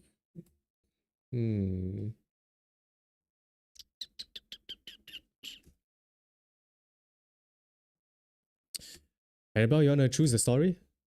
You have all, right? Tell me the number. Have you read them? Some? No, I've actually never read them. Okay, pick a number then. Pick a number. I haven't read all of them. 19? I let Sharon sit.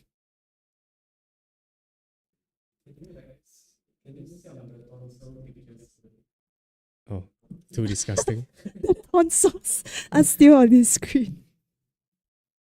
The green screen blurry as fuck. That was intentional, bro. It's intentional. It's depth of field. I blurred it. Is it nicer if it's sharpened? Would it be nicer if it's a sharpened background? Can you show the main screen? Yeah, showing the main screen. Look at am I pointing correctly? Look at the Malayan. Welcome to Singapore. It's the Malaya. It's supposed to be blurry. Yup, it's nicer if it's sharpened. I like it blurred. It looks radioactive. Hi, Chu Xuan, Claire. Okay. You know what? I'm just gonna leave it blurred. It's just gonna be blurred. I can make it sharper lah. Speaking of Christian stream, is Pope Sushi gonna make an appearance anytime soon? Oh my god, you're right. You're right, I should have worn my Pope costume today. Thank you, Dylan, for the 7. Thank you so much, I appreciate it, bro. Thank you, thank you. Yeah, shit, I actually have a lot of costumes, huh? Oh my god, you're right. Yeah, that was a good stream we had on Twitch that time. I should wear my Pope costume. Dress up now? Nah, no. No, we're all set up already and it's in my storeroom. Next stream, maybe. Next stream we're doing rating my fridge. Maybe I'll wear the Pope costume. Also, guys, submit your images of your fridge because I'll be rating and judging your fridge. Just open your fridge, take a picture of it inside. Don't move anything around. Don't change anything. Okay? I just want to see your fridge as it is right now. I want to see it. And I'm going to rate it. I'm going to judge it. Send where, Bryce? Can you send the link? Just send it on Google Forms. Thank you. Yeah, just send it to that link. Annabelle, you got a story? Which one? Sorry, I picked 19. 19? The F1 thing? Yeah. Okay. Alright, our next story is by... Hi, username. Hi, Hinata. Will you rate it today? No, I'll be rating it next week. So I'm collecting all your images and then next week we'll go live again at 7 p.m. on Friday and we'll see your fridges. And thanks for tuning in, guys. Hope you guys are enjoying the stream. So please submit your fridges. I'll be rating them live and everyone, all of us will be able to see your fridge and we'll just make fun of it or talk about it. Maybe you have a very nice fridge. I'm thinking like we can do a room setup also. Maybe I can rate your room setup, but that will probably be in the following stream or maybe in the members only stream. So we have a lot of fun things we want to do in this stream. We have quite a few ideas. Maybe even a cooking stream. I think that will be fun. And, like a cooking stream where you guys can tell me what ingredients to add in. Yeah, there's a lot of fun things. Thanks, JX. Love the stream. Please rate Burst setup. How is it? It sounds like it's either going to be very nice or like damn tsatsat, bro. My room is too embarrassing. That's why we gotta rate it. It's content. Right, anyway, back to the story. Okay, so this one is by F1 Slave. Okay, so I'm guessing you're working at the F1 event. You were working at the F1 event. Even though it was a 3 days job, I have witnessed the most disgusting shit ever. I really hope it's just because of F1 crowd, but that doesn't give the benefit of the doubt. So I was working in this restaurant for a while as a dishwasher. I can relate to that because I was kind of a dishwasher for a bar. Excuse me. During my early 20s and late teens, I was a dishwasher, a barback basically. It was mad disgusting how they washed the plates, but by the way, it wasn't me. They use the dishwasher to clean it, and not all the times is 100% clean. So what they do, they use cloth to wipe it. I mean,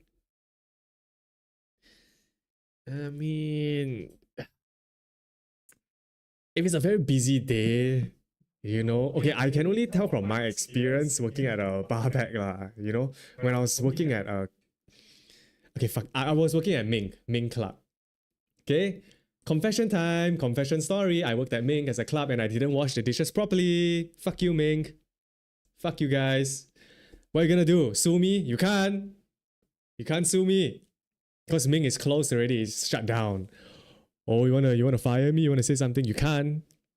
Because it was already closed. I was a barback basically at Ming. And you know how some people would just puke in the bucket? Because they drank alcohol, blah, blah, blah. They puke in the bucket. And whenever I receive one of those vomit buckets, Not gonna lie, I would just pour the vomit out into the sink, wash it with water, just like put water inside and use my hand like a freaking turbo jet. Just pour out the water, done. Serve it. Serve it. Put ice inside. Put some ice in that bitch. You know? I have no time. I have no time. I have no time to fucking soap the bucket. Bro, it's slam time. It's slamming. Like, you guys gotta understand, like, working in the... No. Don't what the fuck, bro, me, I report. No. Y'all need to... Don't say that to me. You guys weren't there. Y'all were not there. You don't understand how difficult it is to work in a bar. Hundreds of hands flagging you down. You know, hey, bro, I want a fucking highball. I want a fucking flaming Lamborghini. Hey, bro, vodka, hey, cranberry vodka. Y'all don't understand, man. It's like freaking, it's chaotic. I have no time to soap the bucket. I just gotta be quick. Wash, boom, serve it, put ice, put the vodka bottle in, go. Don't, bro, disgusting, what the fuck, nasty F me, no. Y'all don't understand, man. So F1 slave, I completely relate to you. I get it, bro. I get it. I was there as a dishwasher. Extra flavor in the ice. Exactly. Exactly. Maybe the guy who vomited had fucking mala xiang guo just before clubbing. Bro, mala ice, bro. The ice got the mala flavor, the mala essence. You know, the chili. You know? He gets it. Tawat gets it. Tawat Ang gets it. Alright, where were we?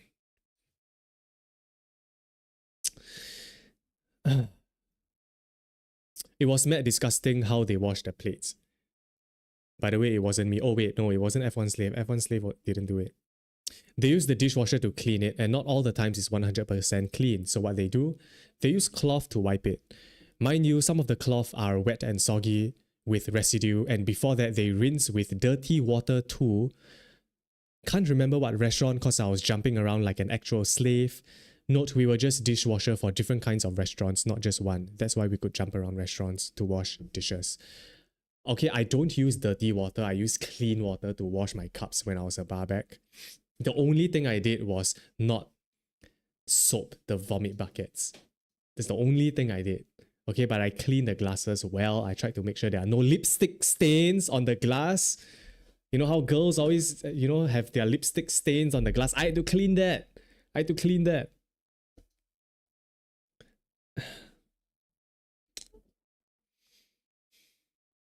Sushi should live stream himself washing buckets with vomit. No, please don't take me back to that day. You know how some... Why? You know how sometimes you associate certain smell or scents to experiences and memories.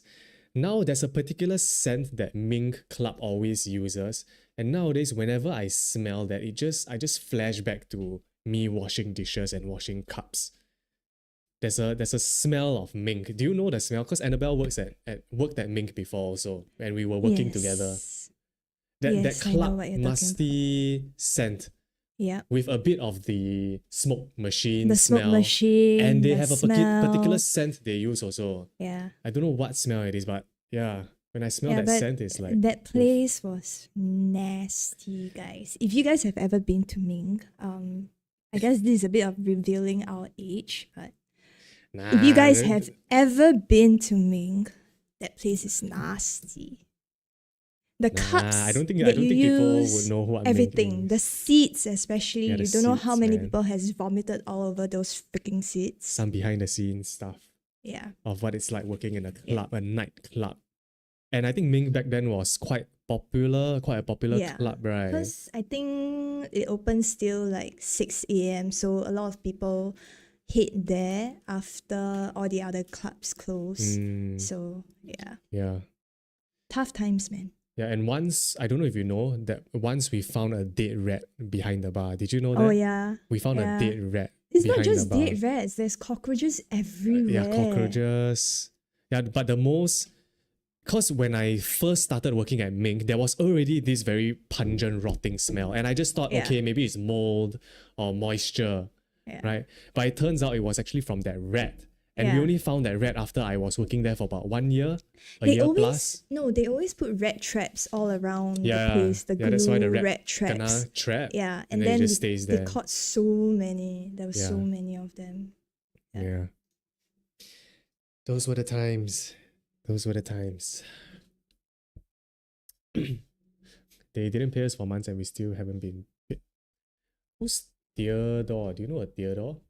Oh yeah, he used to work there. Oh, really? At Mink? Yeah. As Yeah. a... Bar also. Wait, have I seen him before? I'm not sure. I left if- already. Yeah. You probably left already. Oh. Yeah. Oh shit, we have another Mink worker. Hi. Hi, Theodore. Hi, Theodore. You've seen him working there. Yeah, I we've thought worked together before. I left first, is it? Or is it? I thought you left first. No, you left first. I went back after. Oh yeah, but I had to leave for army. I Yeah. left first to go Yeah. army. Then shortly after you left. Yeah. Okay. Okay, yeah. Thanks for the submission, F1 slave. Actually, your story was kind of mid. It was just me ratting myself out lah. Thank you, Aston, for the 3. Appreciate it. Thank you for the super chat. Appreciate it, bro. Oh, sis. Shout me out, dude. 20th Century Fox fan 2023. What's up? Welcome to the stream. Thank you.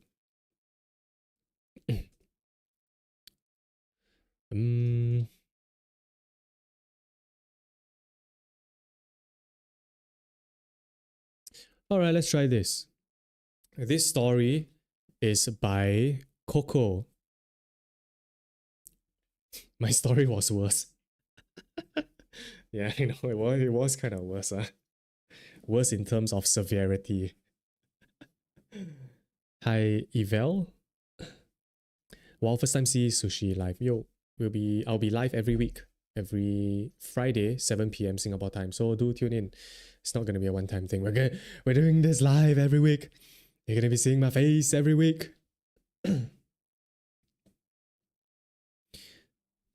By the way, Sushi, my girlfriend has seen you 3 times in public. All 3 times she was too shy to approach you. Oh, why not?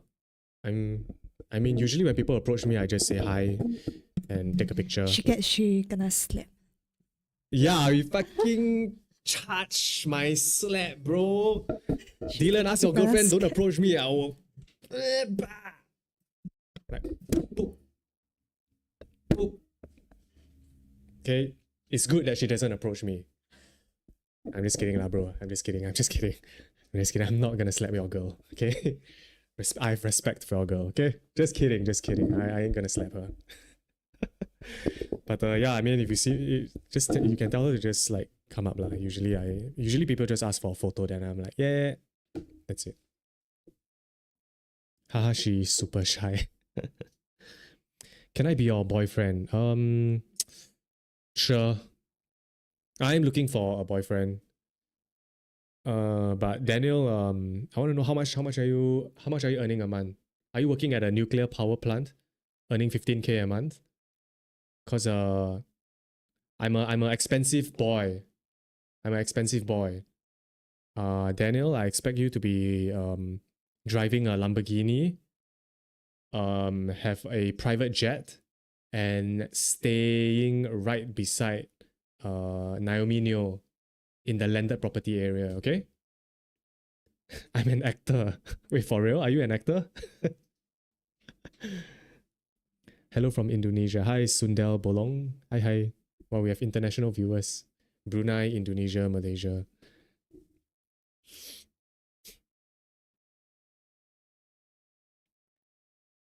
Naomi Neo Hart. Ruru Sama can... Where does Ruru Sama stay? Like condo also, right? I think she stays in a condo. Or is it landed? I don't know. I drive a Hot Wheels car. Would you date me? Hello from Tokyo. Missy Nyanko. Are you actually from Tokyo? Holy shit. We have viewers from Tokyo. Hi. I'm Singaporean but in Perth. Aussie. I've been to Perth once because my brother was in the fighter pilot program and we could go and visit him for his graduation. So that was the only time I was in Perth. But I gotta say, bro, Perth, it's kind of boring, man. Perth is kind of boring. You know what I mean? There wasn't anything to do. I keep seeing this comment. What? Somebody keep asking, do you know who Stray Kids is? Uh-huh. So Star just Googled Stray Kids. Because he didn't know who it is. Stray Kids is a K-pop boy group, right? Oh, you know. Okay. Classmate! Star didn't know. You don't know. Star had to, Why? Star had to Doesn't really Google listen. it. Actually, we both don't really listen to K-pop, right? But I've heard of it before. They're quite popular, Stray Kids. Yeah. They're quite a big band. I don't know, man. I saw him Google, I was like, what? Star caught red-handed. Listen to Dean. Oh, Dean. Yeah. He listens to Dean. Yeah, Dean is nice. Dean is good. Listen to them.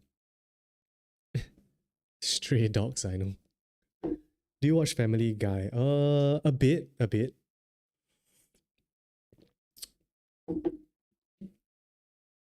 Rick and Morty, I watch. Alright, we're getting sidetracked. Let's go back to the story. This next story is by Coco. What is your confession? I am a part-timer working at Koi. Koi is a bubble tea shop, basically. Milk tea shop. For about 1 year plus. But I'm not gonna say which outlet. But the customers that always buy Koi are so entitled for some reason.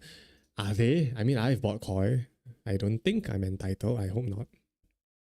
The price of the drinks increased because of the GST and only the HR management had control over that. Makes sense.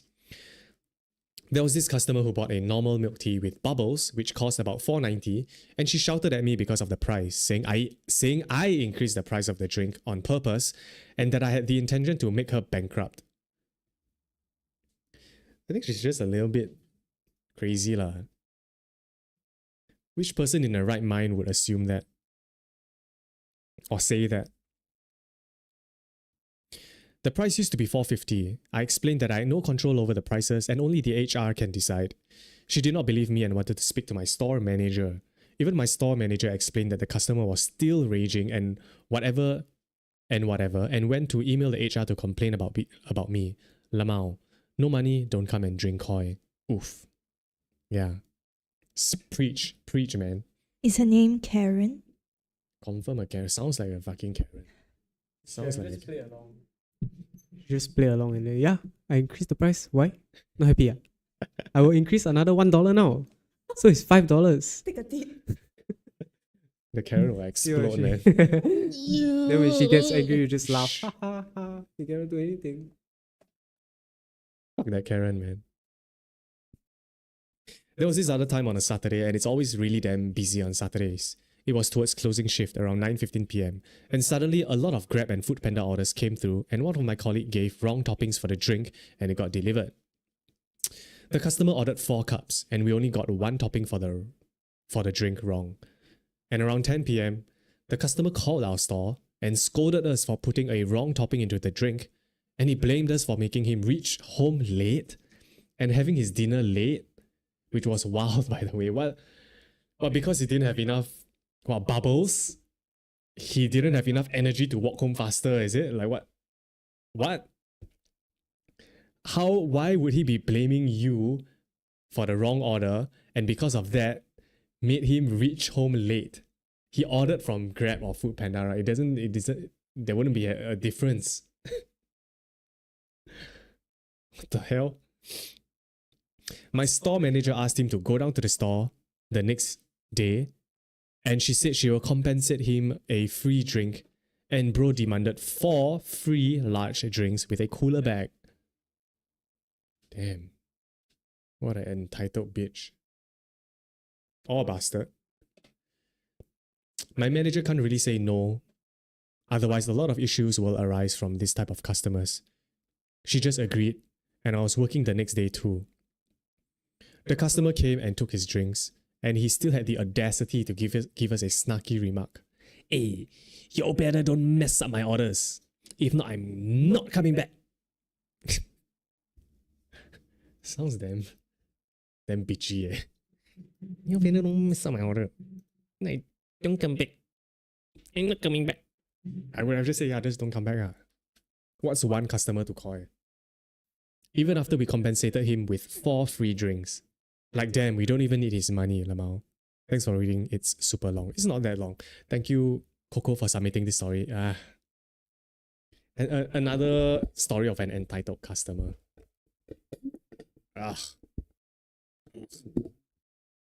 Actually, what will you all do if someone scolded you all right in front of your face?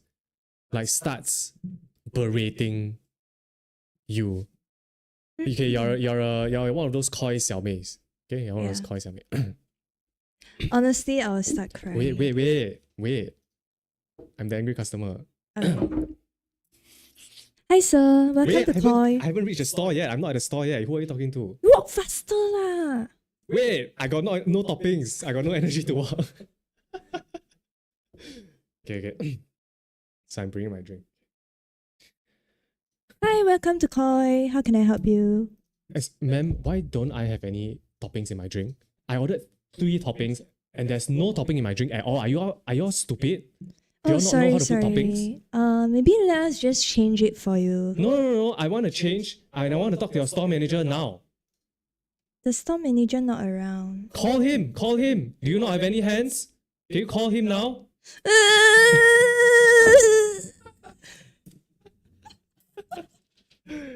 Oh yeah, honestly, that's a good response. He'll be like, oh shit. Oh no. Just start. Oh shit. Wow. All the tears start flowing. That's good.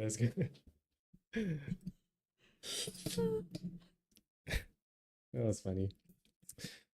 Have you considered working at a bubble tea shop before though? Yes. Can I just say, you look like you will be a perfect fit at a koi shop. Guys, I need my bubble tea fix a lot. Like, you drink a lot of bubble tea? I drink a lot of bubble tea. Yeah, man. Do you? You never tapao bubble tea here, like when we work or I stream? will buy bubble tea home. I will buy like When you 2 and keep 1 for the next day. Yeah. So But I nice, do man, to drink a keep lot in of the bubble fridge. tea. Is it nice? Won't it dilute or something? You ask for no ice. It's usually okay. Just no ice. Yeah, it's usually still drinkable. But because during COVID, I lost my job as well. So there was a short period of time I was considering working at like Each Cup, but then they were only paying like $5 an hour. So I was like, nah. Wait. I'm very disappointed in you. You want to work at a bubble tea shop, right? I have no qualms about that. You can work at a bubble tea shop. But why the fuck you choose Each a Cup? Hey, what's wrong with Each Cup? Each a Cup is like some fucking poly store, bro. Each Cup is great. You need to Excuse work at, like, me? at least work at Gong Cha or Koi, you know? Or Get what's the latest one? Changi. Chagi. Atas one. No. Premium bubble I'm tea. a Work at- neighborhood girl. I love my Each Cup. Peach green tea. You all gotta try it. Peach green tea is great. Fair enough. Do you know Hassan Sani? Yeah, of course I know Hassan Sani. I actually went to his store to eat his nasi lemak. I made a video about it. Sweet Talk. Oh my god, yeah, Sweet Talk. Yeah. I think Sweet Talk doesn't exist anymore, right? Rarely see any Sweet Talk already. Alright, next story. Alright, next story. Let me see.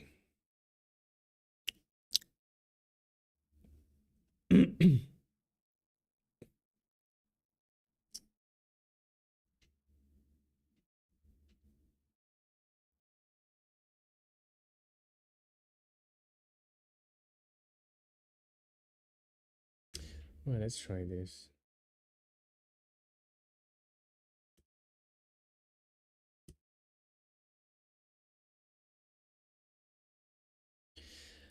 Okay, this next story is by Sushi's Poopy.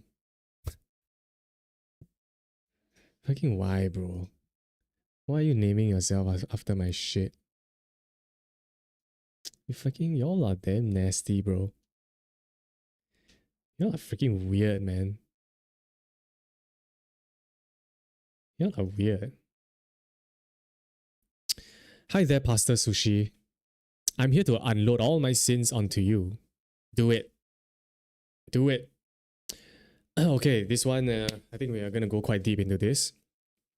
So I used to work as a buffet waiter in a certain hotel restaurant that rhymes with Aquaman. Certain hotel restaurant that rhymes with Aquaman. Any restaurants that rhyme with Aquaman in a hotel? Aquaman? Guys, I need your help. Chat, I need your help. Any hotel restaurants that rhyme with Aquaman? Chinese stall? Highbrow cube? Bakwa?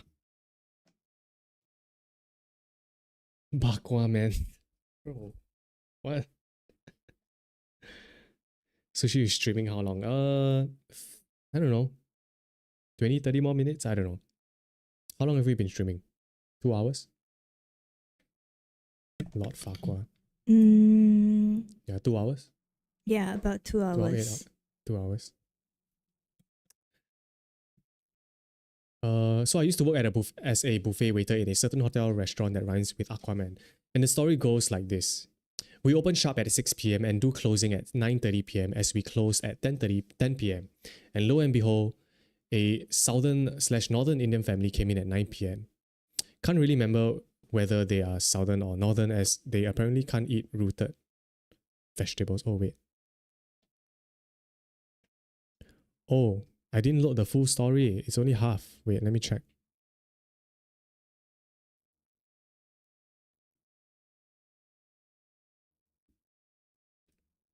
Yeah, I don't have the full story. I only screenshot like half of it. Damn it. Damn it. It's okay, let's go to another one. Aquarium Hotel. Aquamarine. Is Aquamarine the name of a restaurant? You planning to go Comic Con? Yes, actually. Wait, I'm going Comic Con, right? Did we get a ticket? No, never get. Oh. No, man, I thought have. Oh, I guess I'm not going Comic Con. I thought I was. He said he didn't want to go. Huh. I do want to go though. Now I feel like going. I don't know. It's fun. Does everyone bosses does this? Say one thing and then nah, and then after that change his mind again. At least he didn't want to do. Because I want to go Comic Con if it's. Actually, it is like they're just giving tickets, right? Okay, never mind. Anyway. Okay, let's go with this. Most of the stories are you guys just being dicks to people. Or people being dicks to you. Actually, yeah, that's the whole point. Let's go with this. Next story is by Aurora. Hi, Damien Tan.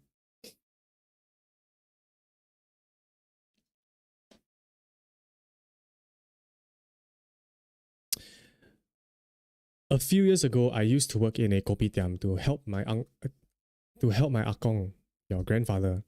There was this one customer in his late 50s who always come to the kopitiam. He was always the most annoying to serve. Every time the workers serve his drinks, he wants to add something. After a few months, his stubborn attitude got worse. I was really fed up. So one day, while I was making his tea, I put a dead cockroach into his teh kosong. He was furious and vowed to never come back again. He gave us a 1-star review, but that was worth it, not gonna lie. Okay, once again, I pray that this story is not true, dude. I hope it's not true. Please don't be true. Extra protein.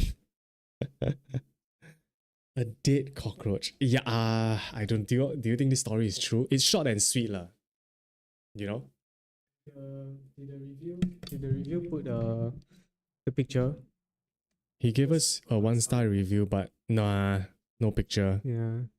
I mean, if the picture of the cockroach is there Then on the it's review, then that restaurant sure, is for sure. screwed up. Yeah. Yeah. But kopitiam got reviews, man. Eh? Do kopitiams have Google reviews? Yes. Have. So like North Point, You can leave kopitiam. reviews. You can leave I see. reviews for kopitiam also. Ugh. Ugh, bro.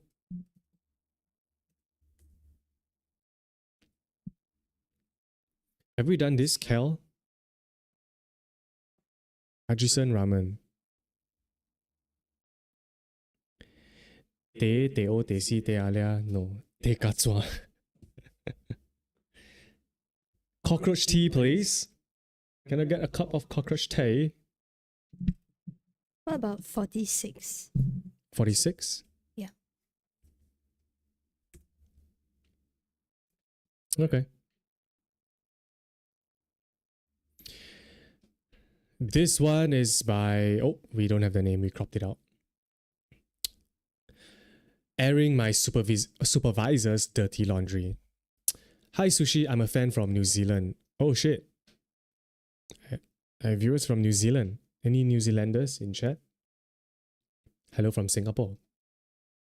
A couple of years ago, I used to work for a food catering business as a prep chef and a delivery driver. The team I was under was led by a Chinese lady who's known for treating her employees horribly. Lucky for us, we knew exactly what her deepest, darkest secrets were. You see, she always took phone calls during break time and was often heard moaning into her phone during these calls. What is she doing moaning into the phone, bro? Is she a sex call worker? My co-workers speculate that she's having an affair outside of her marriage,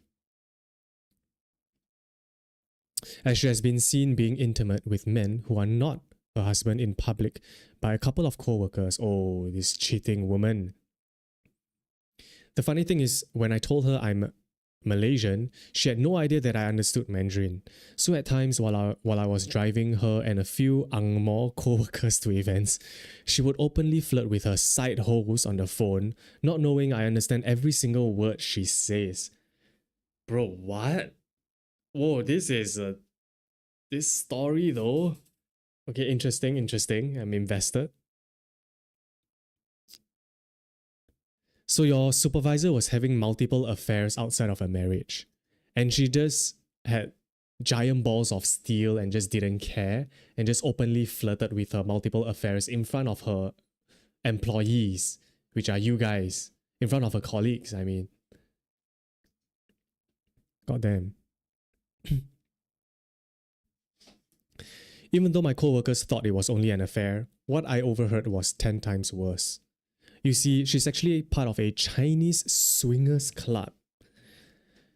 Holy shit, the plot thickens. There was a time during lunch break when it was only me and her in the employees' lounge. I was minding my own business, eating, when suddenly I overheard something that scared me for life. Like any wretched Chinese boomer. She put on WeChat, 那个 WeChat. She put on WeChat, 那个 WeChat. She put on her WeChat call on speaker, and from what I've heard, it was a group call. Bro, wait, are you sure or not? Are you sure you're not? Are you sure she's that ballsy? She just puts her swingers club on full blast on speaker in front of y'all in the employees' lounge?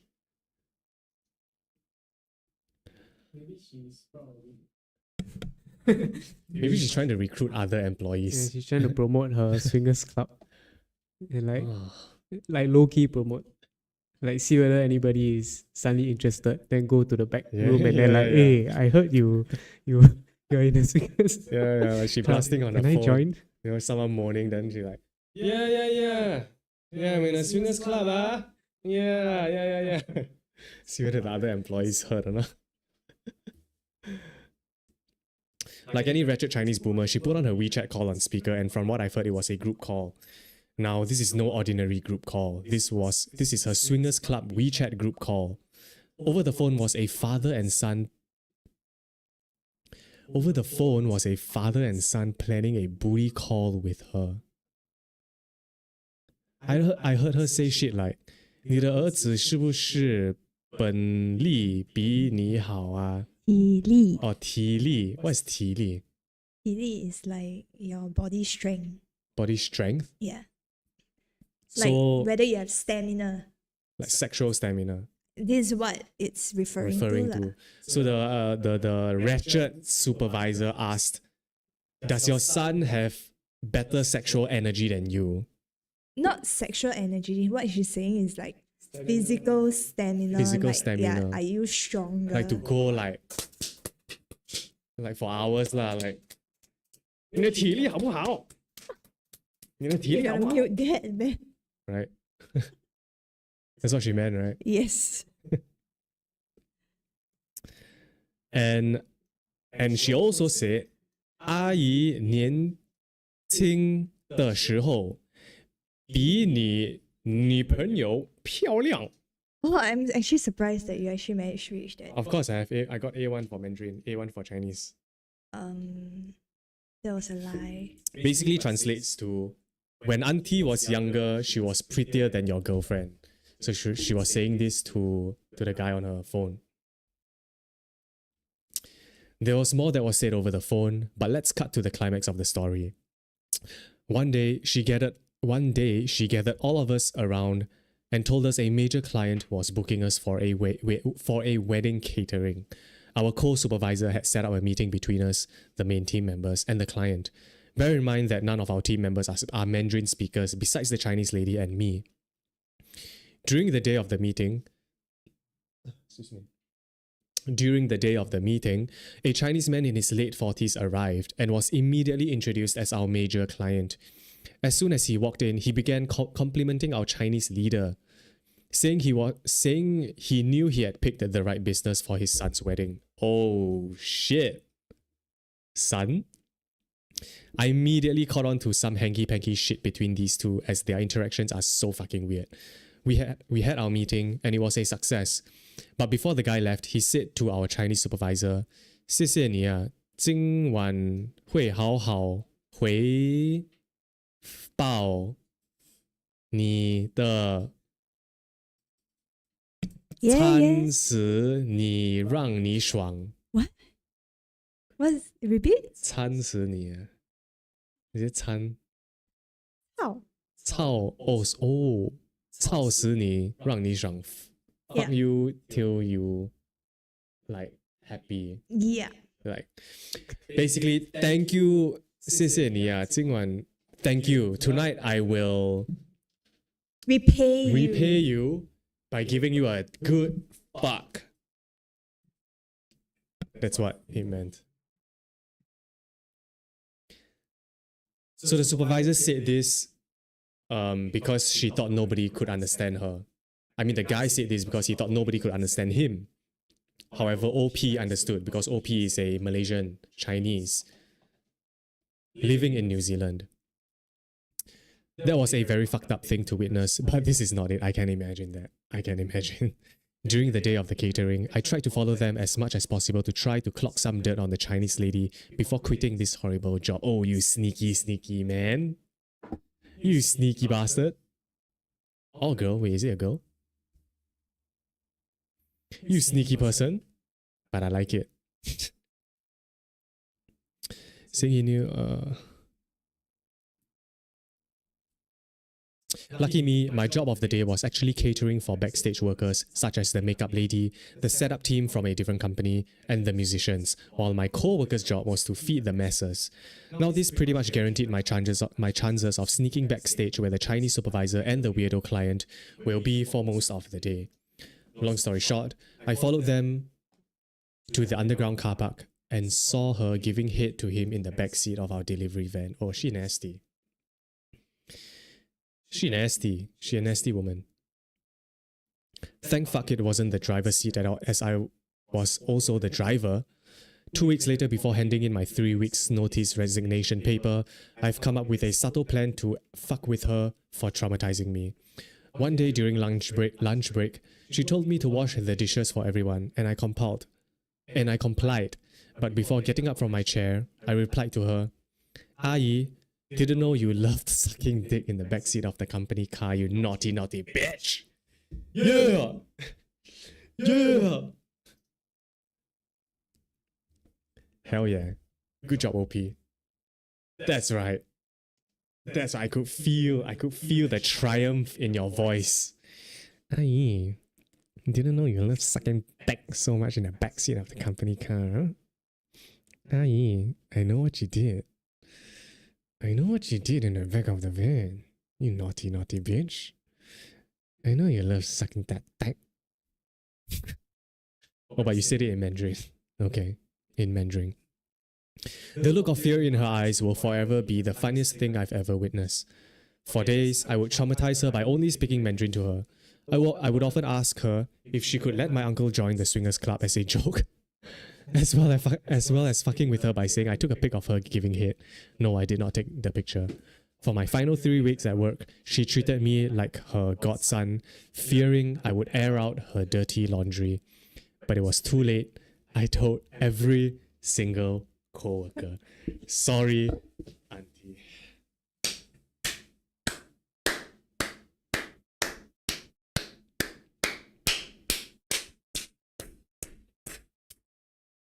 That gets a standing ovation.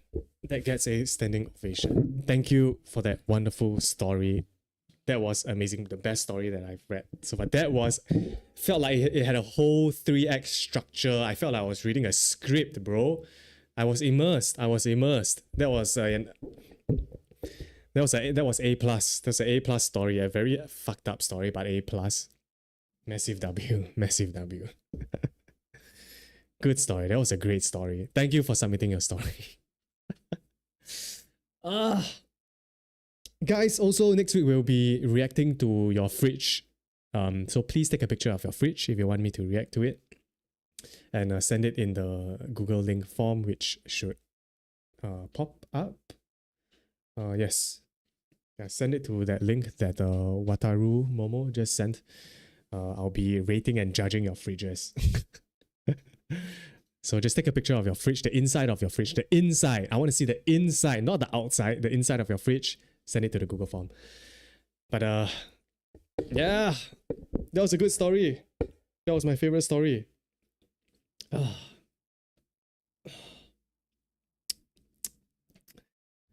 What a nasty Chinese woman, man. Nasty, nasty supervisor. Just nasty.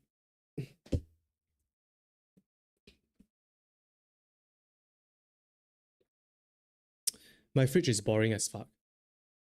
That's the whole point. Doesn't matter. If there's nothing in your fridge, just take it also. Just take it. I just want to see. I want to see how other people's fridge looks like.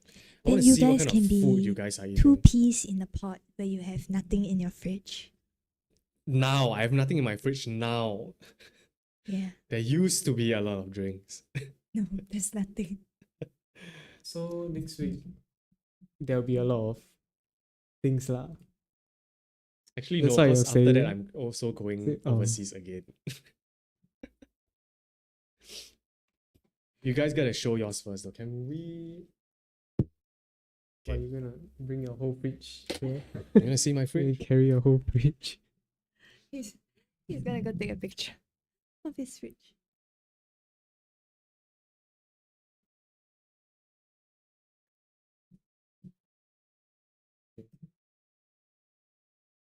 Alright, so what do? We gotta entertain the chat. Hi guys.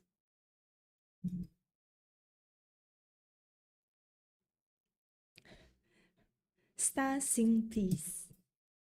Sing ah. What song do you want me to sing? I'll make sure your house mirror breaks and window cracks. Because I'm so bad at singing. Spill tea. Spill what tea? There's no tea. Think of it. Christmas songs. Bruno Mars. Watashi wa star. I don't have to. My name is literally the song. I gave her the lyrics. I told her how to write it. And she was, oh, maybe I should make the song Watashi wa star. Apata. AP. Do you like the song? The Apata song. I think it's a good song. But Honestly, now when it I just- first heard it, it's not. I don't. But now it just becomes a bit overrated. But I don't deny that it's a good song. I actually enjoyed it when it first came out. Okay, man is back. I see So you what's guys. in your fridge? I see you guys asking them to spill tea about sushi. What do y'all say? Nothing. Do y'all say anything?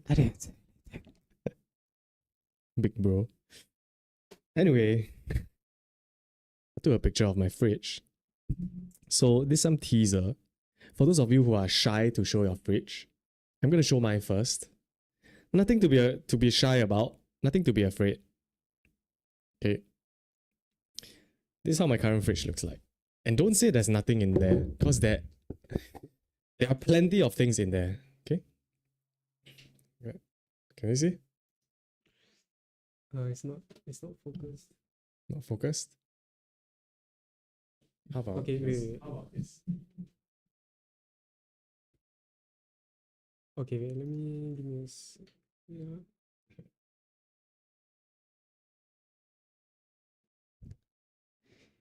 There's nothing.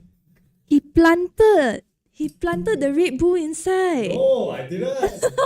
He put the Red Bull. He put the Red Bull and he put some fruits inside before he took the pic.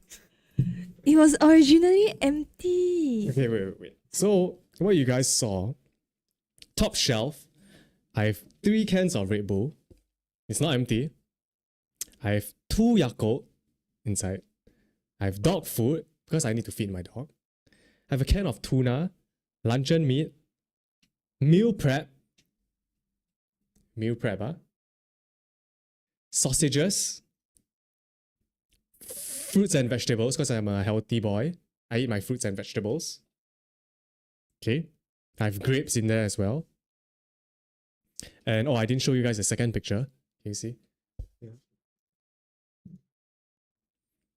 Basically, it's the door of my fridge. Okay.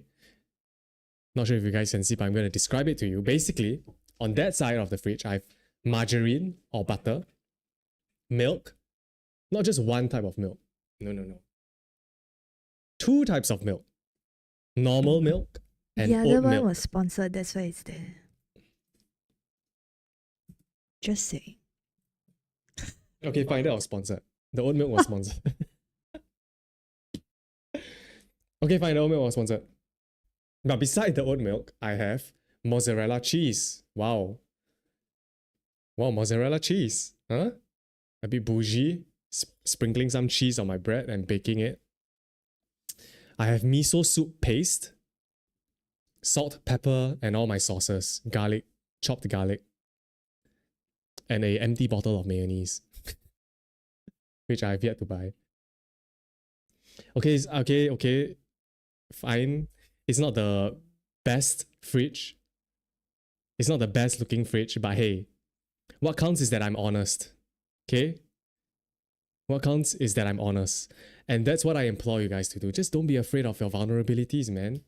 Just show me your fridges and we can all have a laugh together.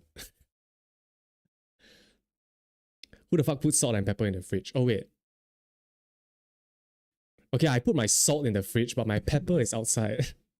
He planted it. I don't know why my salt is in the fridge. I did not plant anything. He was in a rush, so he just grabbed everything he just throw inside the fridge. I put my dog in the fridge, bruh.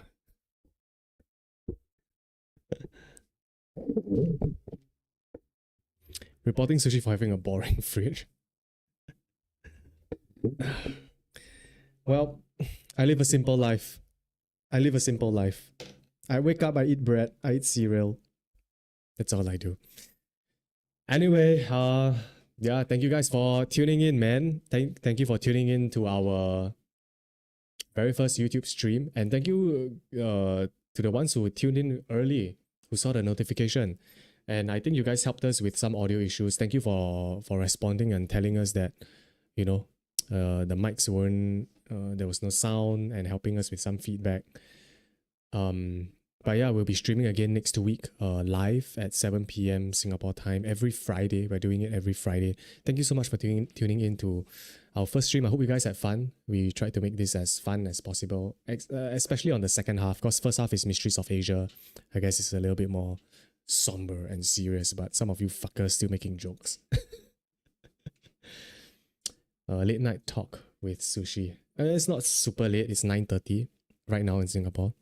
But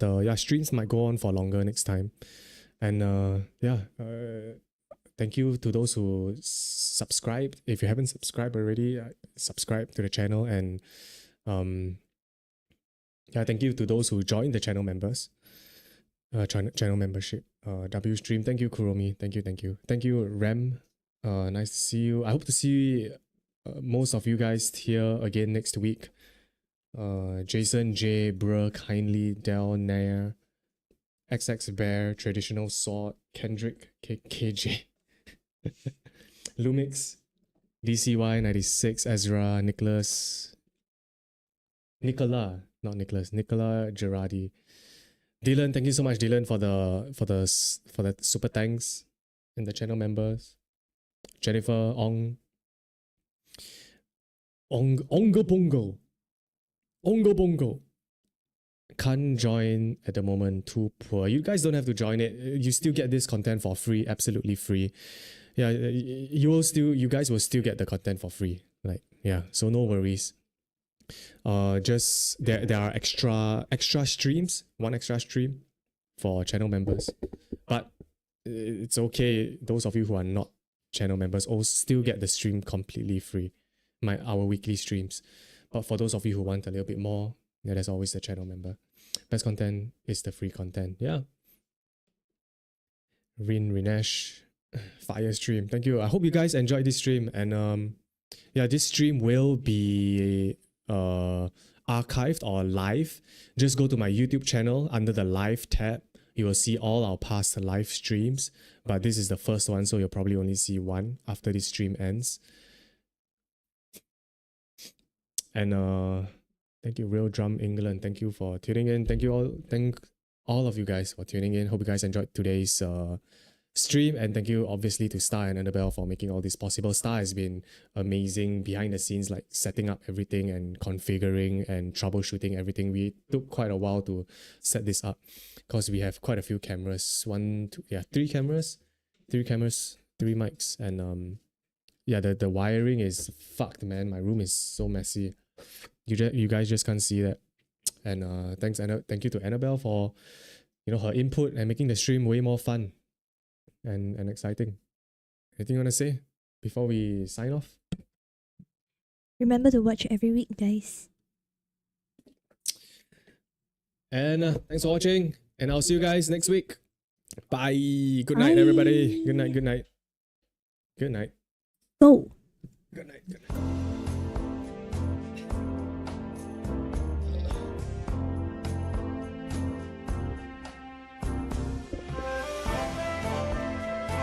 Hi guys. Good night. Bye guys. Have a good night, everybody. Alright, now fuck off. Why are you still here? The end screen is already showing. Why are you still here? Go home. Go home. Go sleep. Go do your homework. Go. Just leave. Go. Alright, bye guys. I'm really going. Bye. Thanks for tuning in.